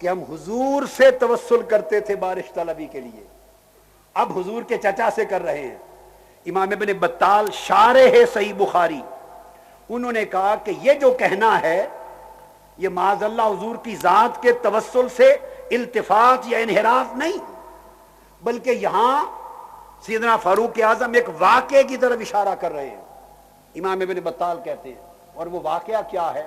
وہ واقعہ یہ تھا کہ جب آقا علیہ السلام کی عمر مبارک کوئی 5-6-7 سال کی تھی، 5-6 سال عمر مبارک تھی، تو مکہ میں قحط ہو گیا تھا، بہت بڑا قحط ہو گیا تھا، اور لوگ پریشان تھے۔ وہ حضرت عبد المطلب کے پاس آئے کہ قحط سے لوگ مرنے لگے، آپ آئیں کعبۃ اللہ میں اور اللہ سے بارش طلب کریں۔ اچھا، اس وقت حضرت ابو طالب بھی صاف ظاہر حیات تھے، چونکہ حضرت عبد المطلب کا زمانہ تھا، تو وہ آقا علیہ السلام کو تھام لیا، 5 سال گورے مکھڑے والے شہزادے کو، جن کے حسن پہ 14ویں کی رات کا چاند بھی رش کرتا تھا، جن کے مکھڑے پر آفتاب کی کرنیں بھی رش کرتی تھیں۔ تو ان تمام کتب سیر میں آتا ہے، اور امام ابن بطال کہتے ہیں یہ اس واقعے کی طرف اشارہ ہے کہ حضور علیہ السلام کو ساتھ لے لیا اور پکڑ کے کعبۃ اللہ کی دیوار کے ساتھ لا کر لوگوں نے کہا تھا، یہ اب ربط بنا رہے ہیں ترجمۃ الباب اور حدیث الباب کا، انہوں نے کہا تھا حضرت عبد المطلب کو کہ وہ اپنے دور کے امام تھے، قائد تھے قریش کے، رہبر تھے، کہ آپ بارش مانگیے۔ لوگوں نے ان سے سوال کیا تھا جو سب سے بڑے تھے، انہوں نے کیا کیا کہ آقا علیہ السلام 5 سال کے شہزادے کو لے لیا، انگلی پکڑ کے کعبۃ اللہ کے سین میں لے گئے، اور قحط کے زمانے میں حضور علیہ السلام کی پشت مبارک کعبہ کی دیوار کے ساتھ لگا کے کھڑا کر دیا۔ حضرت ابو طالب سامنے کھڑے منظر دیکھ رہے ہیں کہ میرے والد کیا کر رہے ہیں، اور میرے بھتیجے آقا علیہ السلام کی پشت کعبہ سے لگا دی، اور کہا حضور علیہ السلام سے کہ آپ مانگیے۔ اب آپ امام ابو نعیم کو اٹھا کے پڑھیے، طبقات ابن سعد کو پڑھیے، اور کتب سیرت کو پڑھیے۔ آقا علیہ السلام 5-6 سال کی چھوٹی عمر مبارک میں تھے جب حضرت عبد المطلب نے درخواست کی کہ قحط ہے، لوگ پریشان ہیں، مانگیے، تو میرے آقا نے بچپن کے زمانے میں دست مبارک اٹھایا اور انگلی آسمان کی طرف کر دی۔ 5-6 سال کی عمر پاک ہے، کعبے کی دیوار سے پشت مبارک لگا کے کھڑے ہیں، انگلی اوپر کر دی، اور کہتے ہیں اہل سیر کہ انگلی اٹھانے کی دیر تھی، آسمان صاف تھا، دور دور تک بادلوں کی کوئی نشانی نہ تھی، مصطفیٰ کی ایک انگشت انگلی اٹھنے کی دیر تھی، آسمان سارا بادلوں سے بھر گیا، اور موسلا دھار بارش ہوئی، اور وادی مکہ بہنے لگ گئی بارش کے ساتھ۔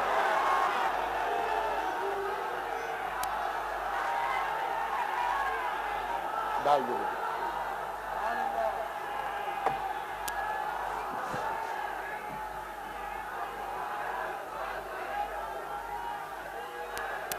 وہ جو گرم ڈال، جب آقا علیہ السلام کے چمکتے دمکتے چہرے کو دیکھا اور انگشت مصطفیٰ کے صدقے سے بارش ہو گئی، تو حضرت ابو طالب نے آقا علیہ السلام کے اس وقت چمکتے چہرے کو اپنے قصیدے میں قلم بند کیا، اور اس واقعے کو ذہن میں رکھ کے 80 اشعار پہ مشتمل شان مصطفیٰ میں قصیدہ لکھا، 80 اشعار پر مشتمل۔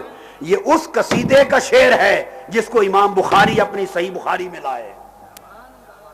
وہ کہتے ہیں کہ وہ ان کی طرف اشارہ کر کے کہتے ہیں کہ ایک وہ وقت بھی تھا باری تعالیٰ کہ آقا علیہ السلام بچپن میں انگلی اٹھاتے تو بادل آ جاتے، اب انہی کے چچا ہیں تیرے حضور پیش کر رہے ہیں آقا علیہ السلام۔ امام ابن بطال نے اس کا معنی یہ لیا اور اس کی وضاحت کی، اور پھر وہ کہتے ہیں کہ سیدنا فاروق اعظم رضی اللہ تعالیٰ عنہ لوگوں کو کہا، عبداللہ ابن اما استسقاء عمر ابن بالعباس، فاروق اعظم کا حضرت عباس سے استسقاء بارش طلبی کرنا، فإنما هو للرحم التي كانت بينه وبين النبي صلی اللہ علیہ وآلہ وسلم، فرماتے ہیں اس کا کوئی اور سبب نہیں اس وسیلے کا، اس وسیلے کی بنیاد صرف وہ قرابت ہے، چچا بھتیجے کا رشتہ ہے جو مصطفیٰ اور عباس کے درمیان تھا صلی اللہ علیہ وآلہ وسلم رضی اللہ تعالی عنہ فاراد عمر ان یصلها بمراعات حقه ویتوسل الی من امر بصلۃ الارحام صلی اللہ علیہ وآلہ وسلم. انہوں نے ارادہ کیا کہ وہ جو حضور کا تعلق تھا قرابت کا، اسی قرابت کو وسیلہ بنایا جائے اور اللہ بارش عطا کر دے. اس لیے لفظ تھے وَإِن يَجْعَلُوا ذَلِكَ سبب الى رحمت اللہ، حضور کے ساتھ اسی قرابت کو وسیلہ بنا کر اللہ کی رحمت طلب کی تو اللہ کی رحمت نصیب ہو گئی. یہ پہلی شرح جو میں نے امام عسقلانی کی پہلی دی، اس کے بعد شرح ابن بطال دی. پھر حافظ ابن حجر عسقلانی سے بھی پہلے امام کرمانی ہو گزرے. حافظ ابن حجر عسقلانی سے پہلے امام کرمانی، انہوں نے صحیح بخاری کی شرح لکھی الکواکب الدراری فی شرح صحیح البخاری. امام شمس الدین محمد بن یوسف الکرمانی، انہوں نے صحیح بخاری کی شرح لکھتے ہوئے اسی حدیث کے تحت پھر یہی معنی لیا. انہوں نے کہا، ابن بطال کا بھی حوالہ دیا اور امام کرمانی نے بیان کیا کہ ترجمۃ الباب کے ساتھ اس حدیث الباب کا تعلق یہ ہے، اور یہ جو قول عمر ہے کنا نتوسل الیک بنبینا، کہ ہم تیرے نبی سے توسل کرتے تھے، فرمایا وہو معنی قول ابی طالب، وہ حضرت ابو طالب کے اس قول کا معنی ہے وَأَبْيَضَ يُسْتَسْقَى الْغَمَامُ بِوَجْهِهِ. اور رہ گیا پھر حضرت عباس بن عبد المطلب سے استسقاء کرنا، تو کہتے ہیں اس سے مراد وہی جو ان کی قرابت ہے حضور کے ساتھ نسبت، اس کو وسیلہ بنایا گیا. تو گویا ان سے استسقاء بھی حقیقت میں توسل مصطفیٰ تھا، توسل مصطفیٰ تھا. اب امام عسقلانی اور ان امام ابن بطال اور امام کرمانی کے بعد اب بخاری کی شرح عمدۃ القاری، عمدۃ القاری امام بدر الدین عینی کی، امام بدر الدین عینی. اب وہ سنیے، اسی حدیث کے تحت امام بدر الدین عینی بیان کرتے ہیں. وہ کہتے ہیں یہی سوال ابھرتا ہے کہ باب کا عنوان اور ہے کہ امام سے سوال کیا جائے، حدیث کا مضمون اور ہے کہ امام سے سوال نہیں کر رہے بلکہ حضور کے چچا سے کہہ رہے ہیں. اسی ترجمۃ الباب اور حدیث الباب کے تعلق کو بیان کرتے ہوئے وہ کہتے ہیں کہ اس کا معنی جواب یہ ہے، امام عینی بھی کہتے ہیں کہ اشارہ وہ حضور سے توسل کرنے کی جو بات سیدنا فاروق اعظم نے کی، وہ اشارہ لگتا ہے کہ حضرت ابو طالب کے قول کی طرف کر رہے ہیں، جو حضور کے بچپن کے اس معجزہ کو یا ارہاس کو یا کرامت کو دیکھ کر انہوں نے قصیدے میں کہا تھا. اور وہ کہا تھا کہ استسقاء الناس الغمام فی ذلک الوقت ببرکت وجہ الکریم، اس زمانے میں حضور کے چہرے انور کے وسیلے سے لوگ بارش مانگا کرتے تھے. اب دیکھیں اس میں بھی وسیلہ عمل کا نہیں تھا، وسیلہ چہرے کا تھا، وسیلہ. اور وہ کہہ رہے ہیں وَكَانُوا مُسْتَشْفِعِينَ بِهِ، وہ حضور علیہ السلام سے شفاعت طلب کرتے تھے. اور کہتے ہیں کہ یہی معنی سوال کا ہے، گویا حضور کے چہرے سے طلب کر لینا یہ لوگوں کا سوال ہے آقا علیہ السلام کی بارگاہ میں.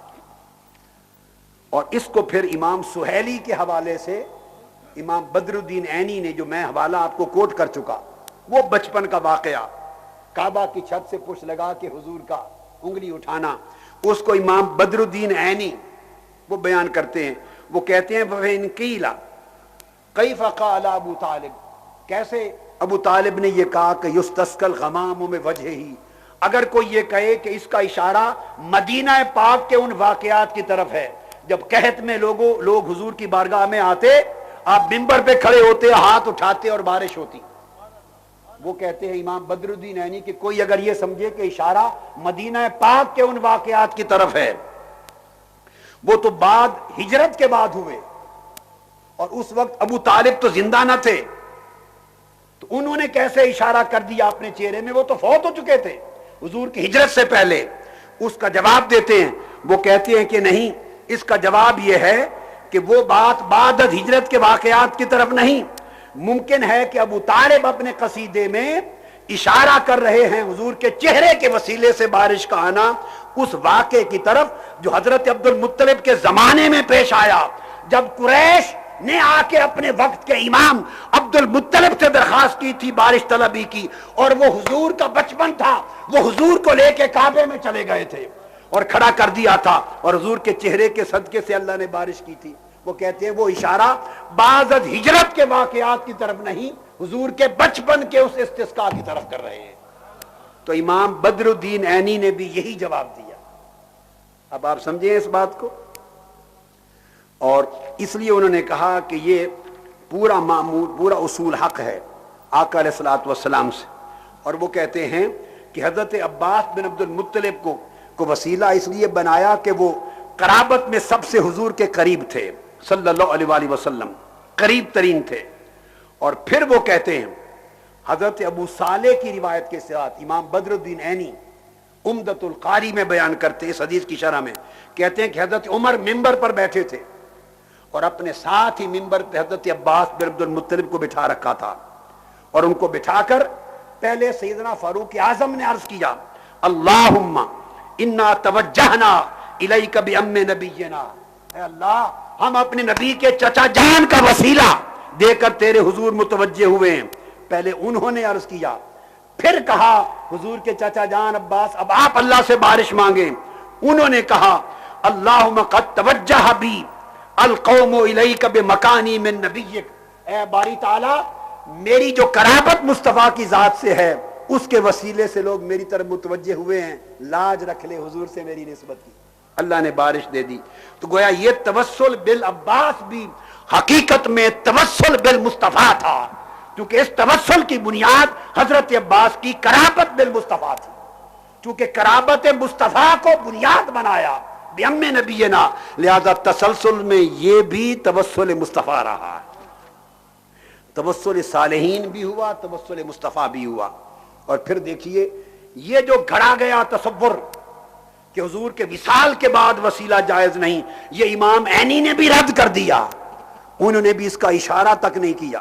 وہ لکھتے ہیں وفیہ من الفوائد، اس حدیث سے ثابت کیا ہوا؟ وہ کہتے ہیں ثابت یہ ہوا استحباب الاستشفاء باہل الخیر والصلاح واہل بیت نبوہ. اس سے یہ ثابت ہوا کہ جو حضور کی اہل بیت کے مقدس نفوس ہیں اور جو اہل خیر اور صالحین اور اولیاء ہیں ہر زمانے میں ان کو وسیلہ بنانا جائز ہے. آج کے زمانے میں بھی اس حدیث نے سند دے دی، بھلے زمانے بدلتے رہیں گے، اولیاء اور صالحین جس زمانے میں بھی ہوں گے، اہل خیر اور اہل صلاح جس زمانے میں بھی ہوں گے، انہیں وسیلہ بنا کر اللہ سے مرادیں طلب کرنا ہمیشہ سنت صحابہ رہے گی اور سنت فاروق اعظم رہے گی.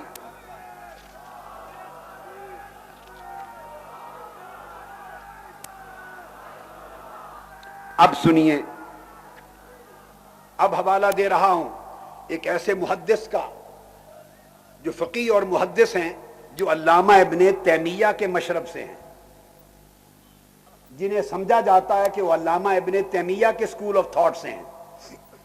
ان کا نام ہے علامہ شوکانی، بہت بڑے نامور محدث. ان کی کتاب نیل الاوتار،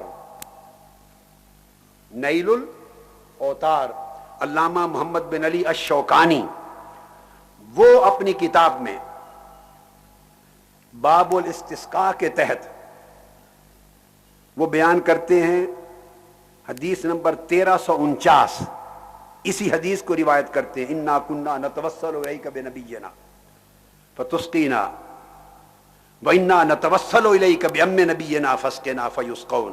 اس کو بیان کر کے اور وہ کہتے ہیں آگے کہ حضرت عباس رضی اللہ تعالیٰ عنہ نے اس حدیث کے واقعہ کے تحت جب دعا کی تو دعا میں یہی کہا اللہم انہ قد توجہ بی القوم الیک لمکانی من نبیک، اے اللہ میری جو قرابت حضور علیہ السلام کی ذات کے ساتھ ہے اس کو وسیلہ بنایا ہے لوگوں نے، تو لاج رکھ لے.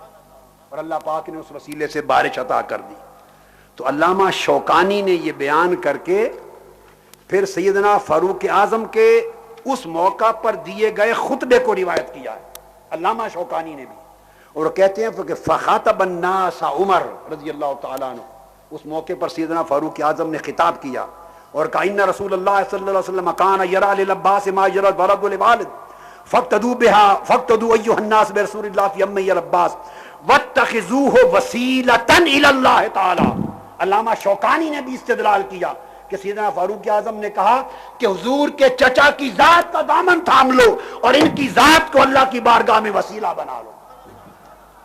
اب آپ دیکھیے علامہ شوکانی جیسے شخص جو علامہ ابن تیمیہ کے مکتب فکر کے تصور کیے جاتے ہیں، انہوں نے بھی اس حدیث میں عمل صالح پر وسیلہ کو معصور کرنے کی بات نہیں کی، گویا اس مفروضہ عقیدے کو ہر امام اور محدث نے رد کر دیا ہے، اور اس عقیدے کی ہر ایک نے تائید کی ہے جس پر اہل سنت اول وقت سے آج کے دن تک قائم ہے۔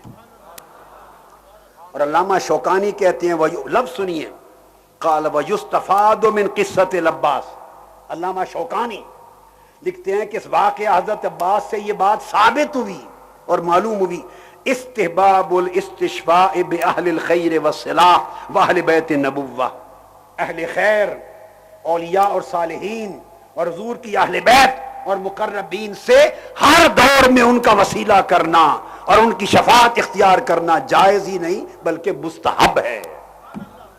یہ علامہ شوکانی نے اس بات کو کہہ دیا۔ اب آپ اندازہ کر لیجئے اس حدیث سے کیا اختیار کیا سب نے اور کیا کیا معانی لیے۔ میں نے آپ کو جتنے محدثین اور شارحین کے حوالے دیے، آپ نے دیکھا کہ کسی ایک نے بھی وصال کے بعد حضور کے توسل کا انکار نہیں کیا۔ اب کیسے کریں؟ اب جو بات سمجھنے والی ہے وہ انکار کیسے کریں اور کیوں کریں؟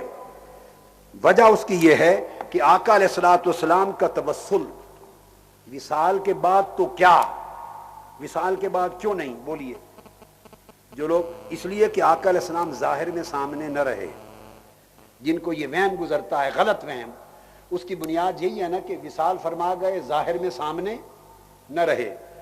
یہ بات کسی بھی امام نے اس لیے نہیں کہی، اور یہ بات سمجھنے والی اس لیے نہیں کی کہ آقا علیہ الصلوۃ والسلام جب اس دنیا میں پیدا بھی نہ ہوئے تھے، عالم بشریت میں جب پیدا بھی نہ ہوئے تھے، تو آقا علیہ الصلوۃ والسلام کا تو اس وقت بھی وسیلہ دیا جاتا تھا۔ بھئی وصال کے بعد تو حضور پیدا ہو چکے، حضور اس دنیا میں موجود ہیں، ہر شخص میرے آقا کے زیارت کے لیے گنبد خضرا میں جاتا ہے، درود و سلام بھیجا جاتا ہے، ہمارے اعمال حضور کو پیش کیے جاتے ہیں، حضور ہمارے احوال کو تکتے ہیں، شفاعت کرتے ہیں۔ اب تو آقا علیہ السلام امت میں موجود ہیں، جب دنیا میں پیدا بھی نہ ہوئے تھے عالم بشریت میں، اس وقت بھی حضور کا وسیلہ چلتا تھا۔ اور ارے ابھی عالم بشریت کا بھی آغاز نہ ہوا تھا، اور روئے زمین پر پہلا بشر سیدنا آدم علیہ السلام جب زمین پر اترے تھے، تو پہلا انسان جب زمین پر آیا، ان کی خطا کی بخشش بھی وسیلہ مصطفیٰ سے ہوئی تھی۔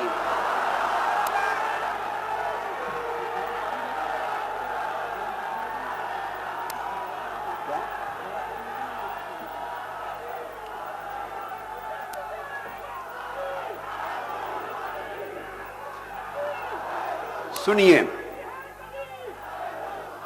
ارے حقیقت یہ ہے کہ آقا علیہ الصلوۃ والسلام کی تو ولادت سے پہلے، بلکہ عالم بشریت کے آغاز سے پہلے، جب زمین پر بھی کچھ نہ تھا اور آدم علیہ السلام جنت سے اتارے گئے، تو آپ نے جب توبہ کی تو آدم علیہ السلام پہلا فرد عالم انسانیت کا اور پہلا پیغمبر علیہ السلام، ان کی توبہ بھی وسیلہ مصطفیٰ سے قبول ہوئی۔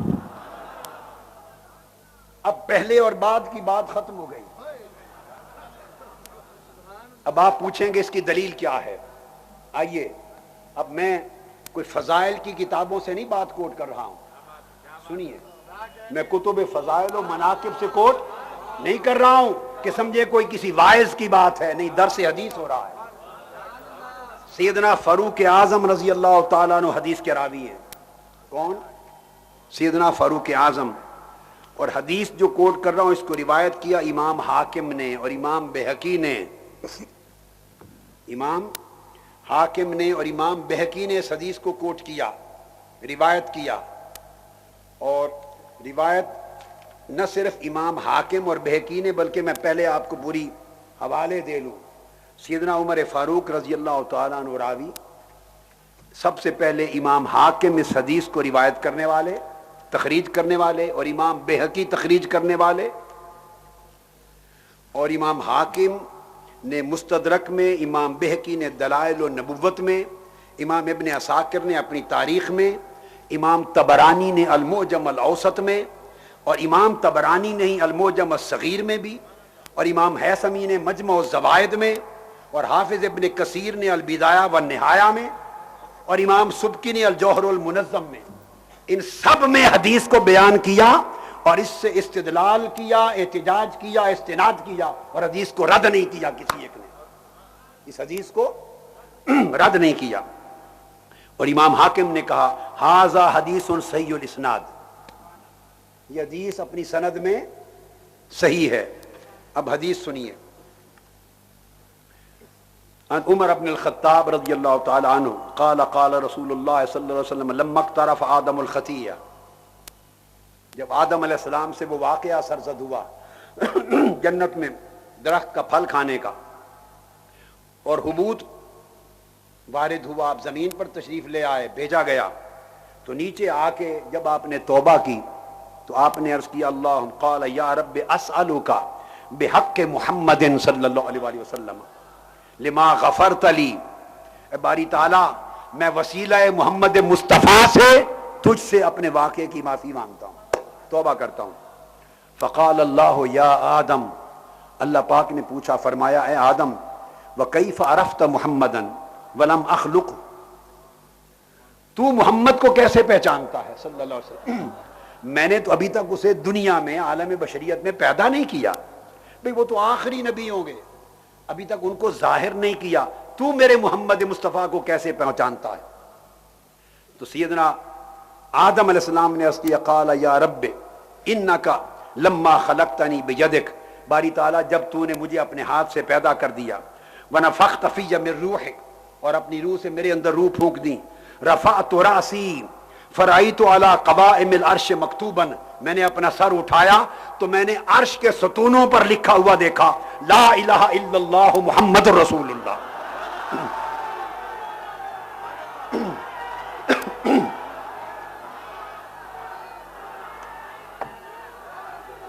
فعلمت، تو میں جان گیا، انک لم تضف الی اسمک الا حب الخلق الیک، کہ تو اپنے سب سے بڑھ کر محبوب ترین ہستی کے بغیر کسی اور کے نام کو اپنے نام کے ساتھ جوڑنے والا نہیں، وہ تیرا کو بڑا محبوب ہوگا، تو میں دعا کرتا ہوں باری تعالیٰ تو مجھے معاف کر دے۔ آدم علیہ السلام کے التجا پر اللہ نے جواب دیا فقال اللہ تعالیٰ صدقت یا آدم، آدم تو نے سچ کہا، انہ لحب الخلق الیہ، وہ ساری کائنات میں سب سے بڑا محبوب ہے میرا، قد غفرت لک ولولا محمد ما خلقتک، میں نے تجھے معاف کر دیا اور مجھے اپنی عزت کی قسم اگر محمد نہ ہوتے تو تجھے بھی پیدا نہ کرتا۔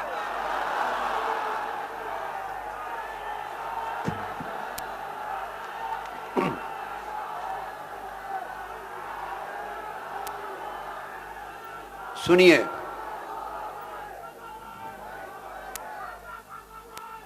سنیے،